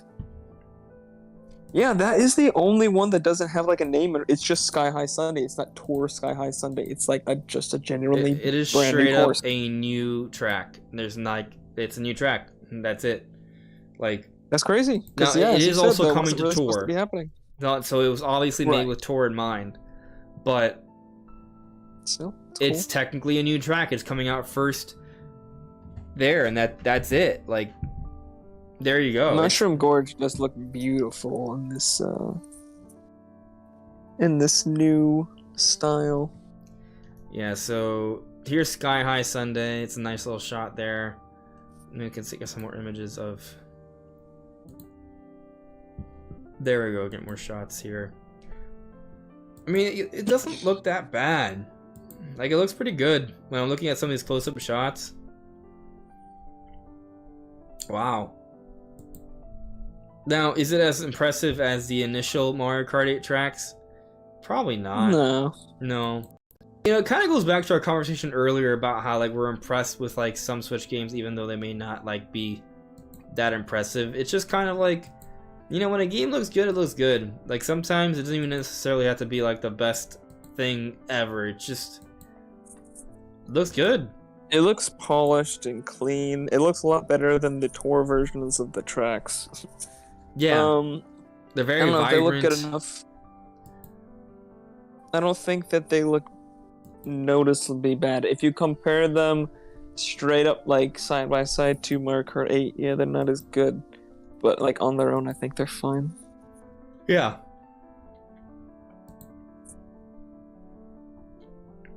And you know, there are some pretty cool. Waluigi pinball is a really awesome inclusion. I never played Mario Kart DS. It was a really. I've never played any of the handheld Mario Kart DS is probably, I don't know. I mean, Mario Kart DS is really good. Mario Kart 7 was also pretty good. So it's I got a lot of playtime Mario Kart DS though. Like, that was definitely the three games that I have Kart owned for Mario Kart have been N64, Wii, and Mario Kart 8. You didn't get Double Dash? Nope, never owned Double Dash. There was a lot of GameCube games like that where, like, I never had I had Smash 64, so I never had Melee. I had Mario Kart or Super Mario 64, so I didn't get Sunshine. You felt like they were just kind of like. No, it was just my parents were just. I guess they were like, "You already have it. What do you mean?" We already have. And I Mario didn't know. Kart I didn't know honey. it was out. When I was a kid, I had no idea. Unless it came on TV, I had no idea it existed. I was not on the internet. I was not, like, searching the stores. There'd be games I'd hear about and I'd seen commercials. But, like, most of the time I didn't know if a game there's so many games that I just never even heard of. Yeah, I know what you mean. It's a different like time. Mario Sunshine, I played it once at my friend's house when we were really little, and honestly I thought it was a dream because I was like, Mario playing a game where you just run around and shoot mud. What the? I had dreamt that. I do that like wasn't real. How in the I'm just kind of looking at Wii Mushroom Gorge. I like how in the cave areas for the DLC they go to town on, like, the colorful, like, crystals inside each cave area, which is nice. I like that they're doing that. It's pretty cool. But, you know, anyway, like, I guess to kind of break this down a little bit, it's very nice to see that we are going to be getting some new tracks. Like, that precedent has now been set. There is a hope of that, but it was one of those things where, like, they didn't tell us there would be, so we didn't have really any reason beyond just hoping they would do it, and they are. Now, some people are like, oh, it's technically going to come to tour anyway. It was never really a new track. I mean, it is new to me, so I don't care. So there you go. But also, that's how I feel about all the tour tracks. I will also say, though, Sky High Sunday, is that what it's called? It has anti-gravity in it. A lot of the Wave 1 didn't have anti-gravity. Now, it's not True. like crazy anti-gravity, it seems, so, No tour tracks have ever had anti-gravity, have they? I don't think so. I think so. So, like, in the Sky High Sunday, Like, I know this there's is at least not- there's at least one part I saw where you do the spin boost, which that was means not in the the level deal design wave is 1. at least on par with Mario Kart 8 then, because some people did complain that the track designs were simpler than the tracks in Mario Kart 8 in the base game. So that means that there's actually a track that's just straight up on par. Yeah. Now, I mean, you could make. I think people. My impression is that the anti-gravity stuff in Sky High Sunday isn't as well done or as complex as the anti-gravity stuff in the base package for Mario Kart 8 Deluxe. Okay. I don't know that, right? I'm kind of just assuming that, right? Like, I'm assuming that the anti-gravity stuff is sort of just tacked on, and it wasn't really, and that's my belief. And I guess it's my belief because I am setting myself up to not be disappointed by it. You know what I mean? Like, my expectations for this DLC is a little bit lower. Because I believe... I think it depends on when they started making this track for Tour and when they decided to do the DLC. Because if they had enough time, they could have been like, okay, we're making this for Tour. Why don't we, since we're already making the current Tour tracks into Mario Kart 8 tracks, why not, when we make new Tour tracks, just make a separate... like working on the Mario Kart 8 track version at the same time. And that could be it, right? Like, maybe Wave 1, there was more relics of them not knowing that this was going to happen, and now that they're more well into the DLC, they're like, okay, we can sort of develop some of these tracks with 8 in mind as well, which is why maybe we're seeing anti-gravity now with at least Sky High Sunday. And maybe we'll see more. Now, we haven't played it yet. We'll play it in a few days and we'll see for sure. But my impression is that it is tacked on. Now, when I say tacked on, do I mean it's going to be bad? No. But you look at the track design, yeah, there are some areas that seem kind of steep, but they're not like so steep that you would think, man, there's no way this would be possible without anti-gravity wheels, right? You'd just be like, oh, it's a kart racer game, whatever. Like, that's probably what you would think, right? So seeing that is interesting. Seeing that there's at least one spin boost part, maybe more. That is a mechanic that we didn't see in Wave 1. So, you know, that's definitely something that can take advantage of for sure.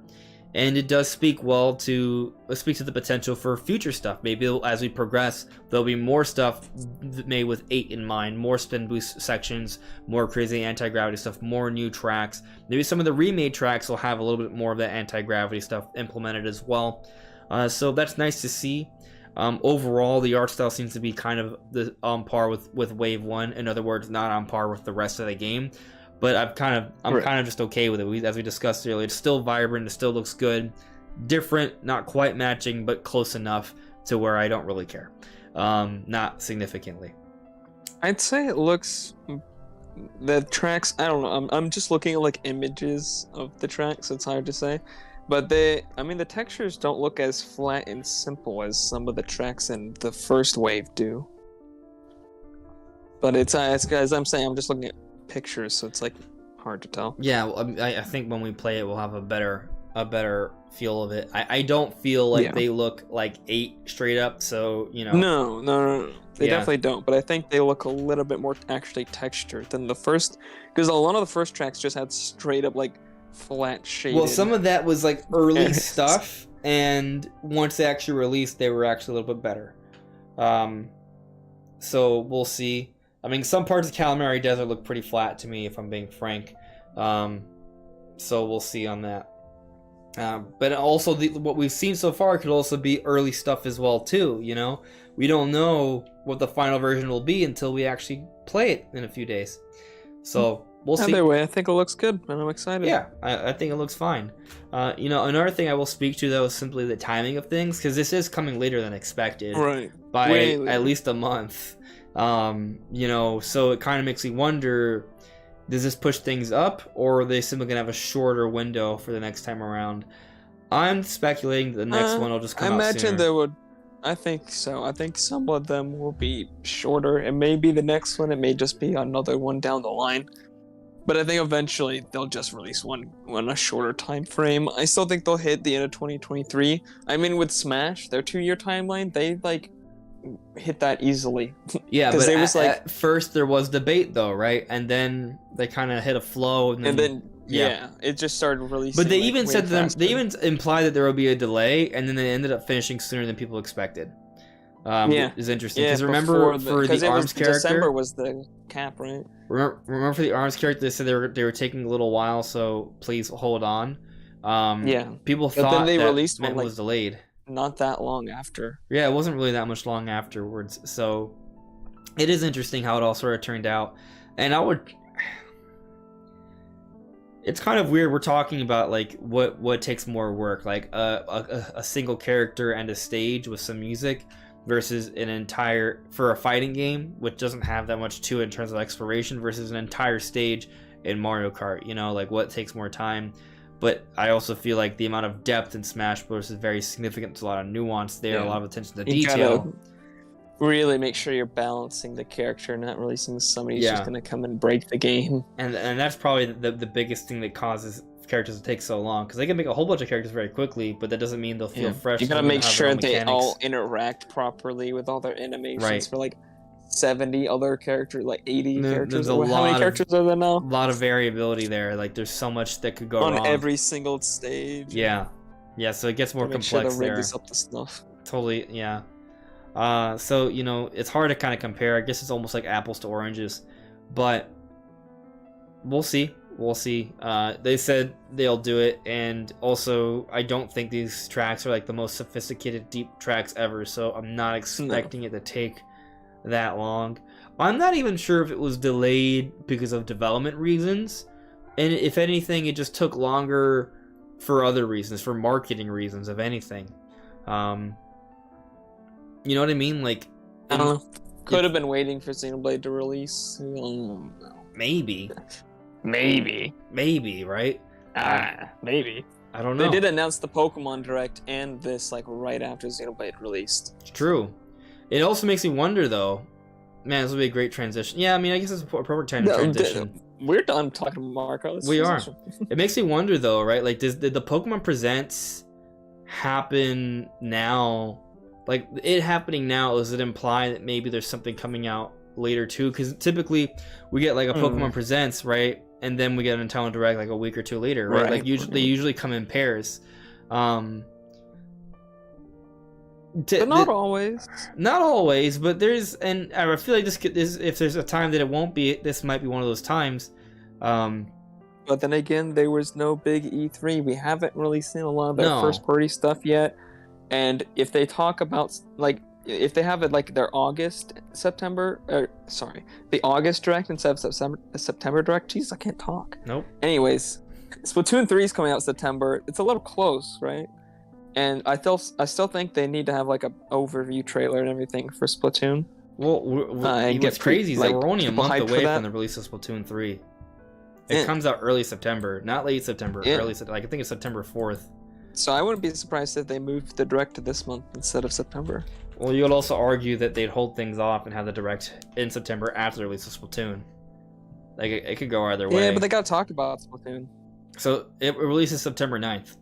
I wouldn't be surprised if we see like a Splatfest 2 weeks beforehand, so like the last week of August. I could see it happening. Which they could announce in a Direct. You're right. And the other thing here, right, if we are to assume that Metroid Prime Remake is real, they could wait. You know, I think I'm kind of backtracking a little bit here, but I've argued that September would be too late.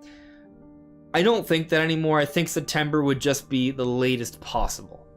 I think October would be way too late. But September is like, they could announce it in September and it could still happen in November or December. Yeah. A good example, and someone else said this in one of my comments in one of my videos earlier, but like, for example, Hyro's Age of Calamity I think was announced in September, right, and it released in November. Came out in November, yeah. Now that was the COVID year, but also, and this is not necessarily the COVID year, but also there were partner showcases that year, and there was a partner showcase this year. So, we are seeing we're some still in similar a strategies. COVID year. Fair. It might not be the COVID year, but we're still in a COVID year. Correct. So it is still a little bit of a mystery as to why Nintendo's done things the way that they've done it, but ultimately you could just chalk it up to be Nintendo. I mean, Nintendo. the other big comparison is no E3. Yeah, that is another similarity, right? So maybe we will see another short announcement to release window for that game. I mean, you look at how things handle for Splatoon and Xenoblade, they're a fairly quick turnaround. For Bayonetta, we just learned about the release date as well, and Mario Rabbids. Like, they're kind of coming out with this information when they need to. Both October games, right? Yeah, exactly. So, if Metroid Prime is a November game, well, then there you go. And then you also take a look at Pokemon, like the actual topic we're supposed to be getting into here. If you compare this year compared to other years where there was a new generation coming out, we had way more information about those respective Pokemon games compared to this one. We're getting a Pokemon Presents that presumably will give us a bit more of a good, solid understanding of Scarlet and Violet. Text didn't that we seem hadn't like had. They were super focusing on it, though. That's It another was just good like, point. yeah, and they will be there, I guess. Right. Scarlet and Violet will be there, but be. we don't know to what extent. Will it be most of the Direct? Will it be just a small portion of the Direct? I mean, I have to think it's going to be like a solid third or half of the Direct, to be totally I would frank hope. with you. And then the other half is them just talking about the history of Pokemon again. There will be some fanfare, right? I do think they're going to probably talk about at least one spin-off. Yeah. I'm going to throw it out there. I don't even want this. Like, I mean, it's not that I don't want it, but it's not really something I personally care about, just something that I know it exists. So I'm like, hey, it's probably about time. And that's Detective Pikachu 2. Or I knew that. That's exactly the same game I was thinking about. Right. I mean, we know it's been in the works for a long time. Like, where is it? Well, maybe now's the time to announce it. But I guess, and they don't even have to. It doesn't have to come out this year. They just need to give us a trailer and say, hey, it's coming out 2023, right? Just to kind of like start to build up Nintendo's lineup for next year, which I think Nintendo will appreciate if Pokemon Company were to announce that. I wonder why that game's taken so long. And you know what's interesting though? I think I might be sleeping on a Detective Pikachu sequel, because Detective Pikachu is actually something that seemed fairly ambitious for 3DS standards. Yeah, I remember hearing that it was super ambitious for the 3DS. Yeah, so imagine what they could do for a Switch version, right? Or the sequel being developed with Switch in mind. Yeah, like they could probably take it to another level. Because the first sequel was originally it was going to be for 3DS, but then obviously that was canceled. So I imagine they have to have like restarted it if it's taking this long, because the first one came out ages ago, and they had plans for the second one ages ago on 3DS. So I have to imagine they completely rebuilt it for Switch. Yeah, I mean, it's been a long time, to your point, so you gotta think that there's been some strides there. I also, like, you look at what we got with new Pokemon Snap, like that's a heck of a spin-off. I would actually be totally down for a sequel to Pokémon Tournament. Like, I think that would be a pretty good game to see come to Switch. Pokémon Tournament 2 would be awesome. Especially with developed with Switch in mind, because Pokémon Tournament 1 is kind of like a little bit of a blurry mess by comparison. Well, I say by comparison. I'm comparing it to what? They didn't really improve other the graphics Wii U games or even version. certain Switch games. Like, look at Smash, for example. Like, it's there's just a significant difference. I believe there. it was like a dynamic 720p. Yeah, but in my resolution. brain, I just remember it as fuzzy. Yeah. It was pretty low res. A lot of times I think it held like 540p. Yeah, and new Pokemon Snap just seems so sharp by comparison. I believe Pokemon Snap's a 1080p game. It's a beautiful game, I'll tell you that. I don't know what it is, but it's a beautiful game. I actually started playing it again recently, and it's great. So I had never finished it. I still haven't finished it, but it's a really good time, and it's definitely like kind of a pretty impressive game on Switch for Switch standards. But it looks good. Yeah. So I would like to see kind of a spin-off like that. Again, I may be sleeping on Detective Pikachu 2. That may be the big spinoff. They may mention another No, you know app what the thing. big spin-off is? It's Pokemon Sleep. We're gonna see the final culmination of all the work they've been doing on Pokemon Sleep. Maybe. I'm not really... And it's gonna put us to Pokemon Sleep. I'm not betting on it, though. When was the last new mystery dungeon? Mystery Dungeon? I have no idea. I've never played any of those games. I think there was one that came out on Switch. It was a remake, though. Oh yeah, there's a remake of the first one on Switch. Rescue That came Team out Deluxe. 2 years ago? I'm trying to find out. It came out not that long ago, actually. I 2020. think it came out in 20... So, I mean, it's already been over 2 Yeah. years. Right? If they were to announce it and it comes out next year, early next year, it will be a 2.5-year Yeah. window. That was Or a just a little bit more. remake, so... Could even be closer to 3 years if it comes out early. I mean, early next year would already be a 3-year gap. So, yeah. We could be looking at a new mystery dungeon. I would say that's in the cards.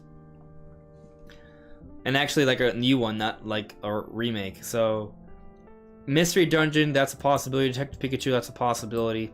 I'd love to see like a Pokémon Tournament 2 or maybe like a proper Pokemon Stadium.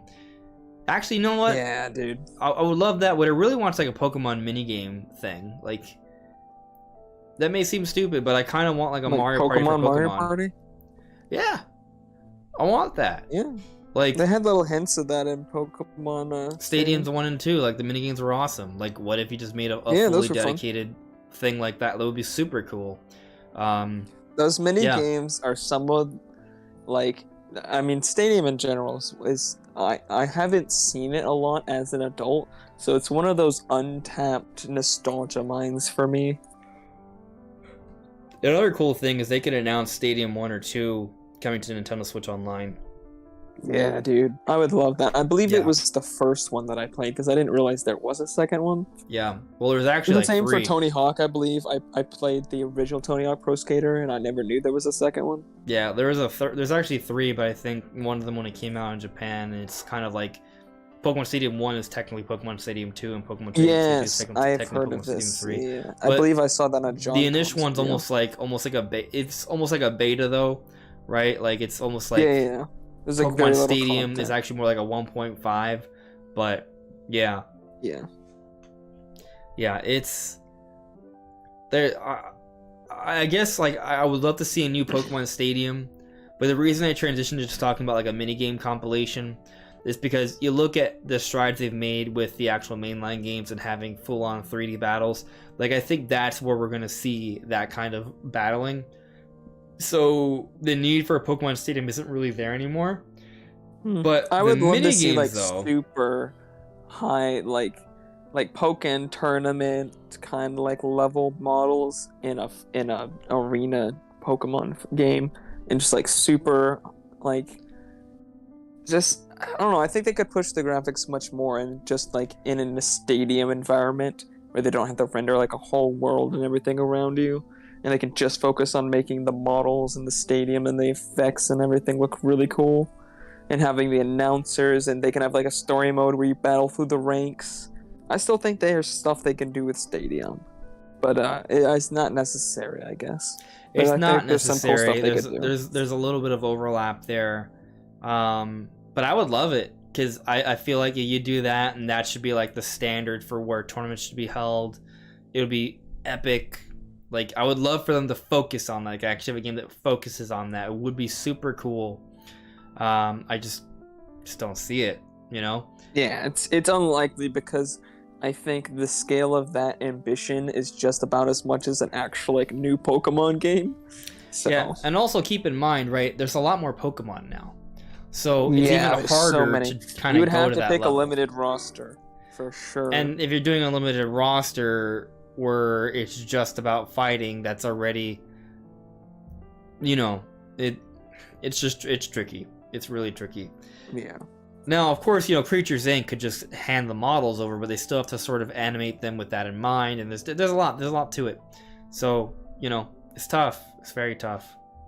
Like, you look at new Pokemon Snap and how those are all handled. That's awesome, but there's also still a select lineup. So, Yeah. I don't know. But basically, if my predictions are, we're gonna get more details on Scarlet and Violet. I'll get to specifically what those will be in a bit. I think Detective Pikachu 2, there's an off chance for the next mystery dungeon. I guess there's a really, really off chance for Sleep. I'm not actually expecting anything else beyond that. I don't even expect Sleep, to be frank. I'm just saying it. Sleep was just a joke. Yeah, I don't know. We may see it someday, but I feel like if it's brought up, it'll be brought up like as like a random announcement. Like it won't be even necessarily in a presents. It could be. I just don't expect it. They'll probably announce like some sort of DLC or announcement for whatever the Pokemon League of Legends game. I forgot what it's called. Pokemon Legends? No. Pokemon Unite? Pokemon Unite. Yeah, there'll probably be another update on that. That's pretty much it. Now, Scarlet and Violet.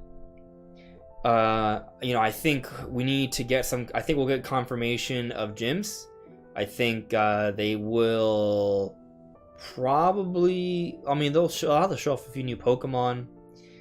I think we'll probably learn a little bit more about the story, and we'll also really learn about the game's new a new core mechanic as well. Like how like there's Dynamax and wild areas, right? In Sword and Shield. I'm not saying they'll show up, but I think the open world area is one of the core mechanics of this game that they were sort of showing off. Right. I think they'll show off the next one. I think the next one might be related to like what changes in the battles. I'm suspecting it's somehow related to the whole motif of future and past. So I think we'll see that in this next Presents, whatever that is. They could carry over the styles from Arceus and have like a future style and a past style for moves. I don't know exactly how they would implement that, but that was just something that popped in my head. Yeah. Yes. I think people that like battling don't want them to go back to what they did in Arceus with the agile style and strong style. Really? People don't like that? I thought that was really cool. It was I never cool. actually played Arceus myself. I just wanted to watch people. Like, it looks cool, but in practice, it was just kind of whatever.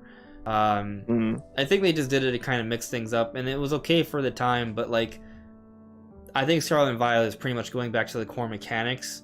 They're still taking some cues from Arceus, but the agile strong style is not one of those.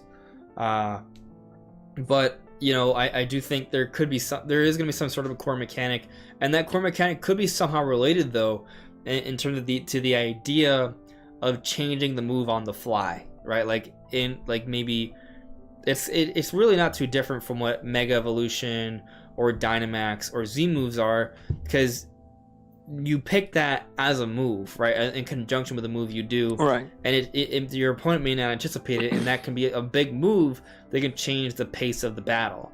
So something like that can change the pace of the battle that could be introduced.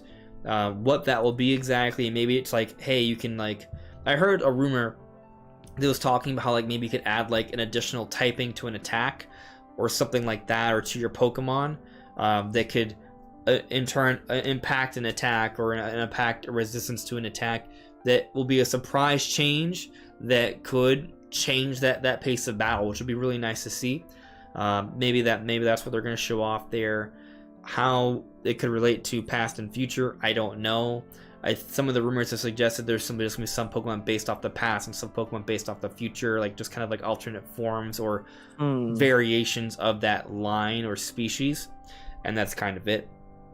So I think we'll see some new Pokemon maybe heading towards that. I think we'll see the core mechanic, and I think we'll see some gym leaders, and I think we'll get a little bit more of a better view of how exploration works in this game, which I think is probably the most important thing they actually need to talk about when you really think about it, because the focus of this game is open world. Are we going to be able to do gyms in any order? Are we going to be able to explore every parts of the world? Some rumors have suggested otherwise. I'm assuming they're wrong. No, I think the rumors have suggested you can do gyms out of order, but they don't scale, which seems really stupid. But maybe there's a tier system. Maybe some gyms scale, some gyms don't. We'll see. I'll believe what actually happens when they announce it, and hopefully they announce some details to that. Maybe there's like a recommended order, but you can go in any order. Maybe.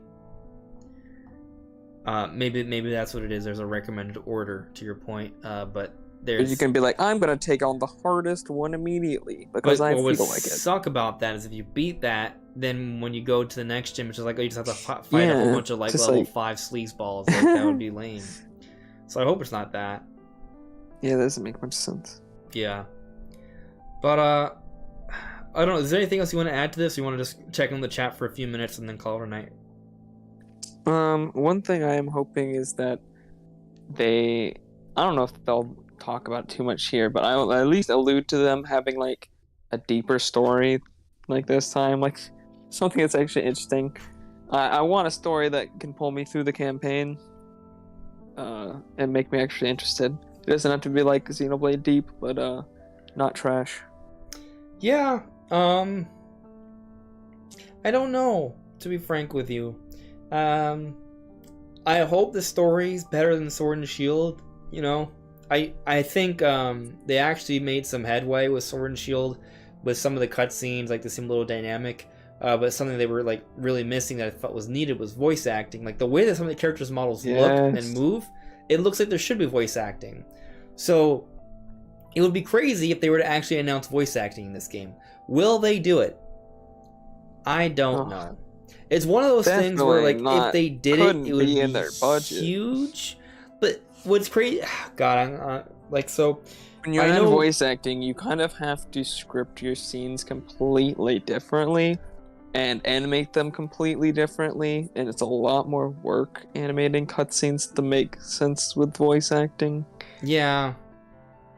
It's probably But at the same time, it's not that so much more work that they shouldn't be able to do it. They should be able to do it. I hate that I'm going to make this argument, but it's an argument that it's not insane. When you think about how much sales the Pokemon games bring in, why can't they bring in some voice acting? And I think ultimately it comes down to this. Two things. One, can they put in voice acting that will not upset the fan base? Because the fan base is very divisive. So there's that issue. But then two, will the voice acting even yield a positive impact on sales? You know what I mean? Like, right. Are more people going to buy the Pokemon games because it has voice acting? I'm not sure what the answer to that question is, because it's almost like Pokemon already sells a ridiculous number. It might even, it's possible it can have an adverse effect because of how divisive the fan base can be. I just hate that Pokemon Company has gone to the point where I legitimately think that's exactly how the company thinks in terms of what they want to do with their games, not necessarily the developers themselves. Like, I think the people at Game Freak are probably great. They probably love what they do and they're passionate about it. But like, that people actually make the decisions, like with the scale and scope, budget, and if the game's gonna have enough budget for them to be able to put voice acting and script the scenes that in a certain way and everything. Those people don't care. They think exactly like that. Will that earn us more money? Nope. Okay, we're not gonna do it. Yeah, but I'll also say that thinking about it more, I feel like if they were to add voice acting, it wouldn't be bad. Now it would depend how they do it. I think it would have to be select cutscenes. Most cutscenes, it would be during cutscenes. You need to get good actors. It is hard to get good child actors. Well, the other element is the main character won't talk. So there's that. Right. Unless they made the game around him actually talking, but it seems unlikely. Yeah, it's unlikely. I mean, keep in mind, you can choose male or female. I don't know. I don't have a super huge issue with it in Breath of the Wild most of the time. I know you are a little bit more sensitive sometimes to that, but I didn't really think it was that big of a deal. I think it impacted the story. It's not the only thing that held back the story. I think there was other elements to it as well, but it was. There are other elements that are bigger for me, but I can see, like, if Link had actually been able to talk and express his emotions more, it could have added to the story. Yeah, I mean, ultimately, I don't think voice acting is the biggest thing they could add. It would be neat, but it's not like absolutely necessary. I think it's in terms of like immersion in cutscenes, voice acting, and just having cutscenes that flow in a normal way is huge for just storytelling in general and the pacing of cutscenes. I mean, just think about it though. Like, imagine like you're fighting against like a tough trainer, like a gym leader, right? It's not to be basic trainers, no, but like specific big moments. They have it. And you're about to fight a tough gym leader, and a gym leader has some sort of like cool monologue, as they do in some of the Pokemon games, and they speak in a very epic way. And they're like, "Oh, it's now time to test my powers against you with my mighty rock type Pokemon. They will crush you." And he comes in, yeah, and there's this cool animation with him and his riding in on his Pokemon or something, and as he's talking, like that'd be dope with like a dynamic camera panning around. But of course, like the budgets for Pokemon cutscenes probably are not gonna be good. I mean, they tried to really create a spectacle with all the Dynamax battles in Sword and Shield. Like, imagine they were to focus on the spectacle for the gym battles or the big trainer battles, right? Or the Elite Four battles. Like, they have those characters, they have a little monologue. It's like an epic thing. It is a little dramatic. They have some cool music. There's some pretty spectacular introductions and animations with Pokemon coming out. And it's like a spectacle. Maybe there's a crowd in these arenas. Like, make it a spectacle. Make it epic. Like, I would love that. You don't have... I think having, like, some voice acting in those particular moments could add to that. It's not absolutely necessary, but I think it could add to that, right? So, I'd love to see it, but I'll believe it. Like, it's one of those things where, like, if I'm gonna try and think like realistically, I think someday it could happen. It could be this time around. It could be next time around. I don't know. But it's one of those things where, like, when it happens, that's when I'll actually believe it'll happen, But right. Going beyond that, I mean, we've pretty much kind of talked about sort of expectations. Let's check with the chat here, and we'll call things a night. Let's see. Cool. Kind of trying to go through. I see the bots have been having a good time this evening. Let's see. Decent amount of discussion about bots. Why are we talking about SpongeBob Rehydrated?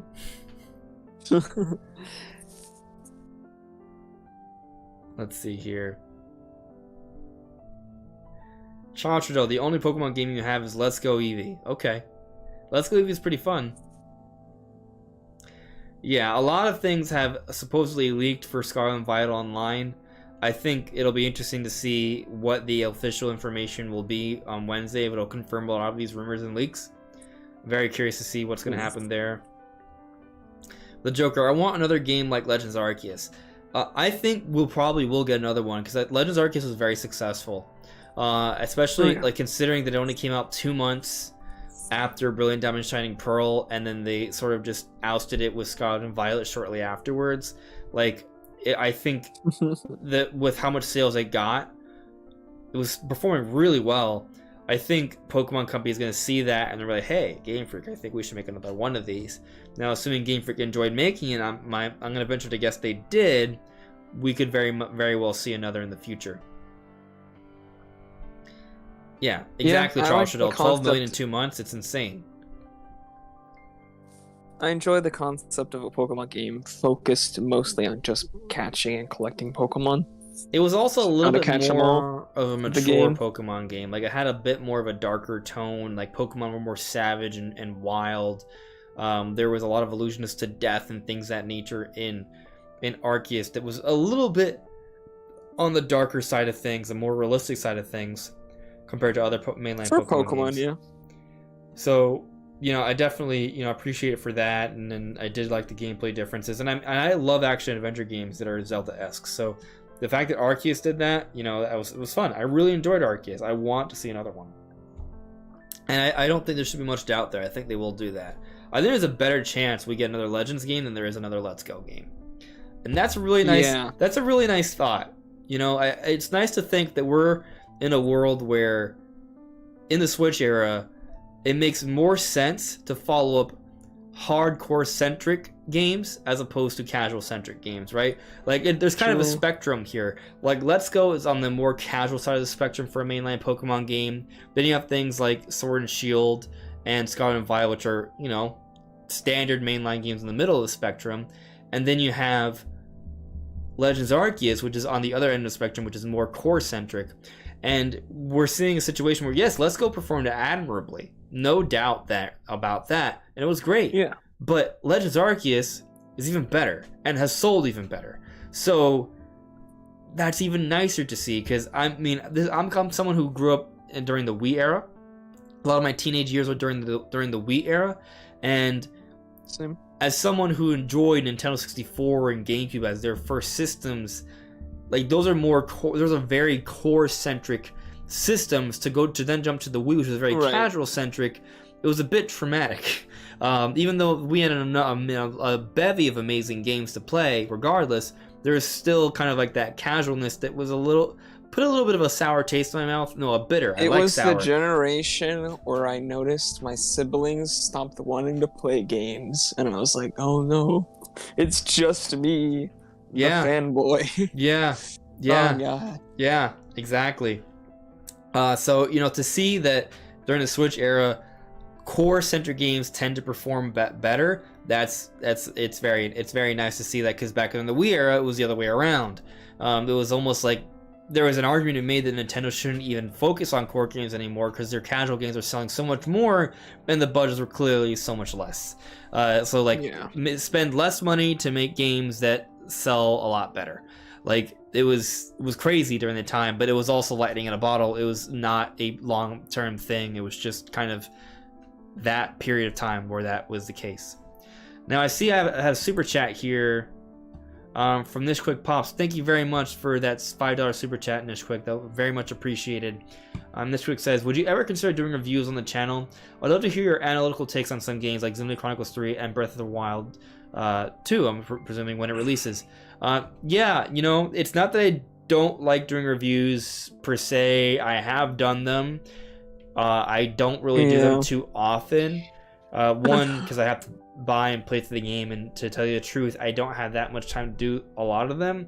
The last time I had an opportunity to really properly review a game was Kirby and the Forgotten Land, and to tell you the truth, by the time I played through the game and enjoyed it to its maximum, and I love Kirby and the Forgotten Land. I 100%ed that game. Very good game, one of my favorite games this year. I think maybe my favorite Kirby game ever. Like, it's that good.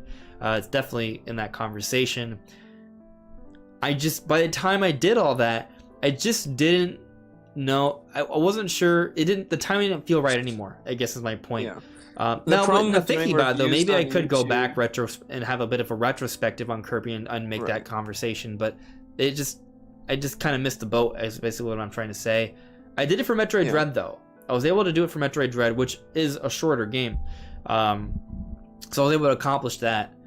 And obviously, I can't, if I'm not getting the game early, and just for the record, while I might be able to apply and be like considered a Nintendo ambassador, that doesn't even necessarily guarantee that I get early review copies. So it's kind of hard, especially because I work a job where I work like 50, 60 hours a week already. So timing just makes it very challenging to even play the games. And then I will eventually play certain games, but will I have the chance to come back and review them in a timely manner compared to everyone else, like bigger sites? No. But by the time I already have the game, the reviews are already out.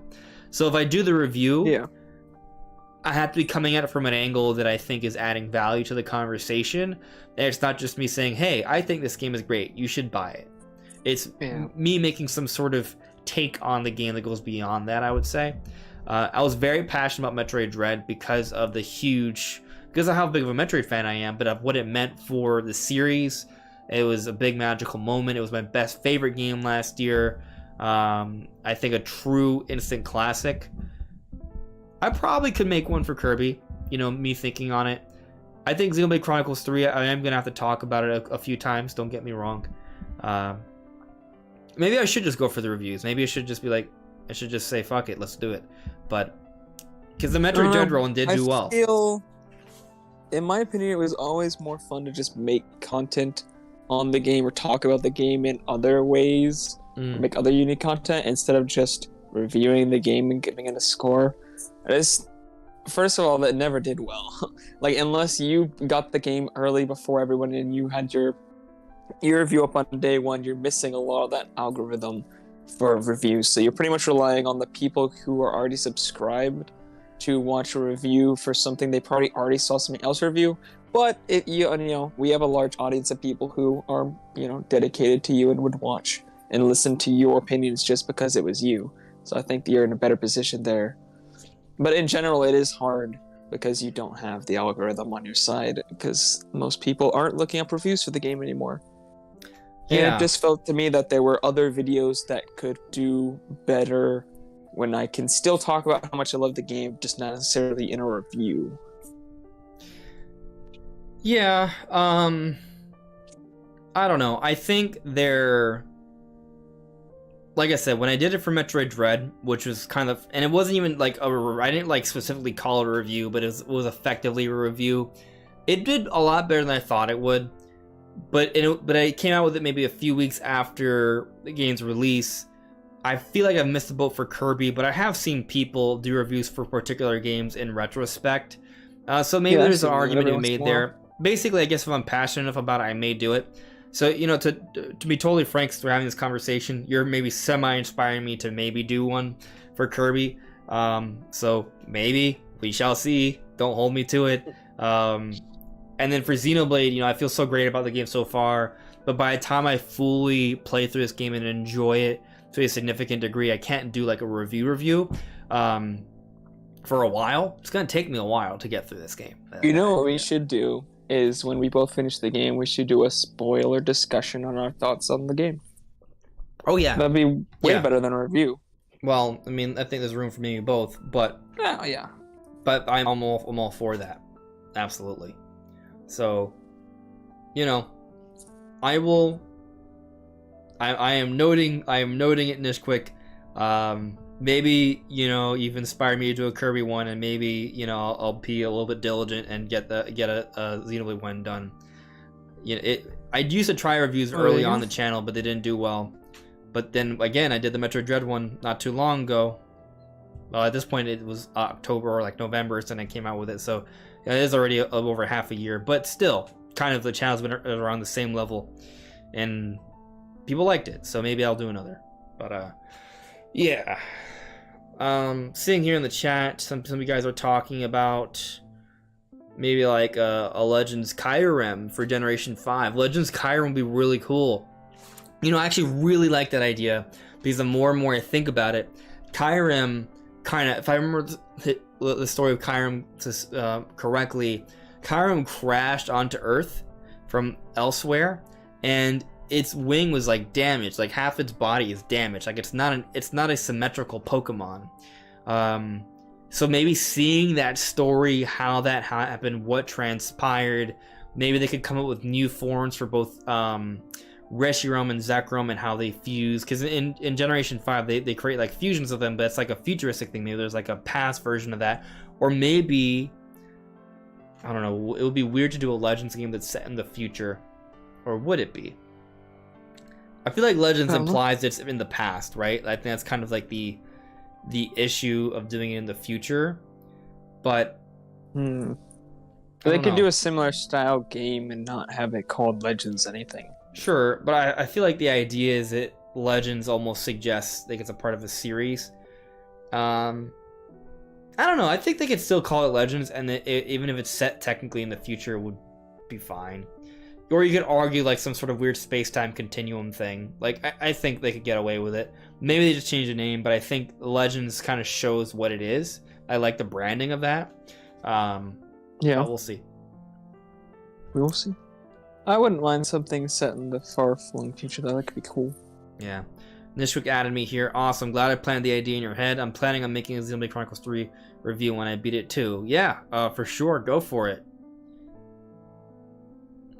Actually, Arceon made a video as well. I don't know if he's watching right now, but he made a video talking about a possibility, not necessarily guaranteeing it, of maybe a new Switch hardware being announced in September. I thought it was a very good video. So maybe I should check that out. But yeah, I think we're pretty much near the end of this. Oh, I got a few ads here. Let me get to that. I missed those. Guy you don't know added me. This is probably from a little while back, so excuse me. On the topic of voice acting, do you think we'll ever see another Mario game with fully voiced characters similar to Super Mario Sunshine? You know, that's a tough call. We are getting a Mario movie. Yeah, right. Except, right, Brandon. Like, we're getting a Mario movie that's gonna have straight up voice acting. There. Say that again, Brandon. So the movie's really kind of setting the precedent here. Yeah. So we could see. Go on. No, I was just saying we could see voice acting moving forward. Yeah, I think the movie, how the movie performs could impact what we see in the future of Mario games.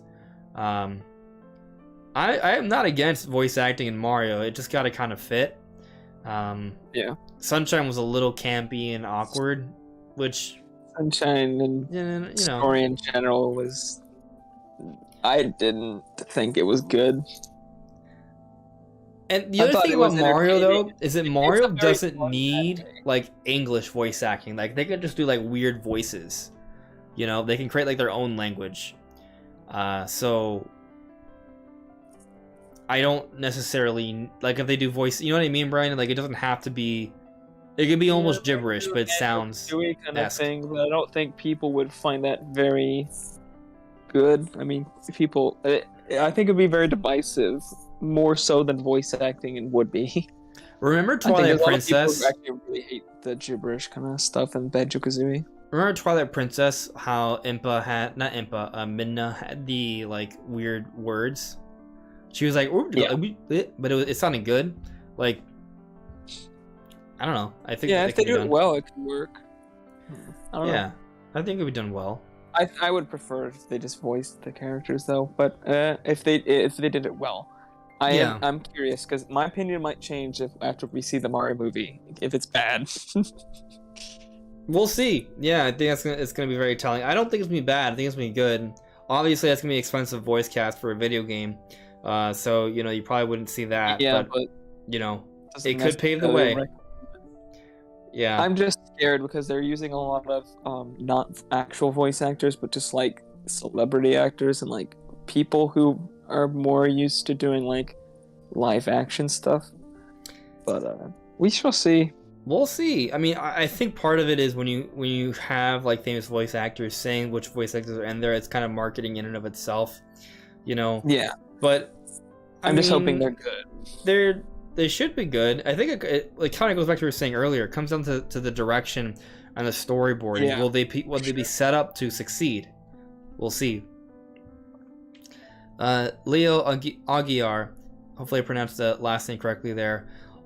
We'll get a double pack as usual with the Pokemon games. They may announce that. That's a good point. They may announce some pre-order stuff for Scarlet and Violet with this Presents. Honestly, that makes a lot of sense because it's about time, actually. Yeah, we didn't even think about that for our predictions. Like, they're probably going to announce pre-order stuff. That makes tons of sense. You think they'll announce a Pokemon Switch Lite? Hey, oh wow, maybe another Pokemon Switch Lite. They could even do an OLED though, but they just announced one for Splatoon. Yeah, they just got the one for That's Splatoon. A tough call. I mean, I don't see why they can't do both, but I think that does strengthen the argument for it being a Lite as opposed to an OLED. It's just also like they already had a Sword and Shield Lite, so are they gonna do another Lite? Yeah, but it's a new generation. Sure. I'm sure they've done multiple. It's hard to believe that they won't have something like that. To your point, I'm sure they did a ton of 3DS. I mean, they had Let's Go base switches made, right? Did they do something? Did they even do something for Brilliant Diamond Shining Pearl? I don't remember. I think they did. I don't know.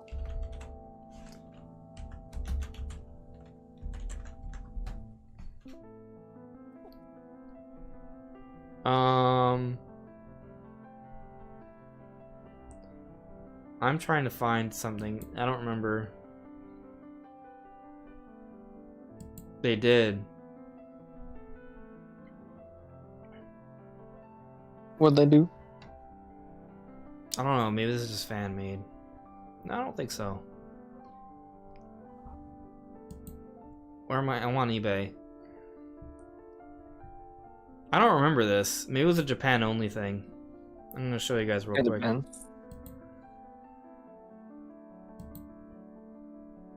Yeah, like they had. I don't remember this, but I guess maybe they did it in some places. But Oh no, yeah, I do remember that actually. yeah. So yeah, that might have been a Japanese only thing. I don't know. I don't remember. I think there's a chance. It's a good. There's a decent chance we'll get some sort of hardware edition. Now the crazy thing is that there is some speculation that maybe new hardware is announced in September. I kind of want to stay on the skeptical side of things for that, because even though there's a 5% chance. There is somebody who predicted chance. the Splatoon 3. I say predicted, but maybe they leaked. Hard to say. Oh yeah, I know. Splatoon 3 OLED, 100% spot on. Release date, timing, all of that. When it would be announced, all of that spot on. And they also said that something else may be getting announced in September based off what they've seen from the manufacturing process. But that was speculation on the manufacturing process. The Splatoon 3 stuff was actual data. Sure. And that's a good point to bring up, because even if this person is 100% in the know, they didn't know, pun intended, that, or just repeated word intended, but they didn't know for a fact that that it would be announced in September. That was just speculation based off what they had seen and heard. So it may not even happen in September, but if it is supposed to come out this year, September would be the time to announce it. So, you know, it's conceivable. I'm only bringing it up because if we're talking about another edition, right, and there's new hardware coming, like they can maybe tie that into Pokemon. And then also on the other flip side, though, if there is new hardware coming out, maybe they want to push that with Metroid Prime, right? And there's also this rumor that there's going to be like a Switch Lite that's like 5G capable or something. Like, I don't know if that's a thing, then maybe that comes. Does not sound likely. Well, I don't know. Yeah, I don't know. It would work for Pokemon though, being online at all times.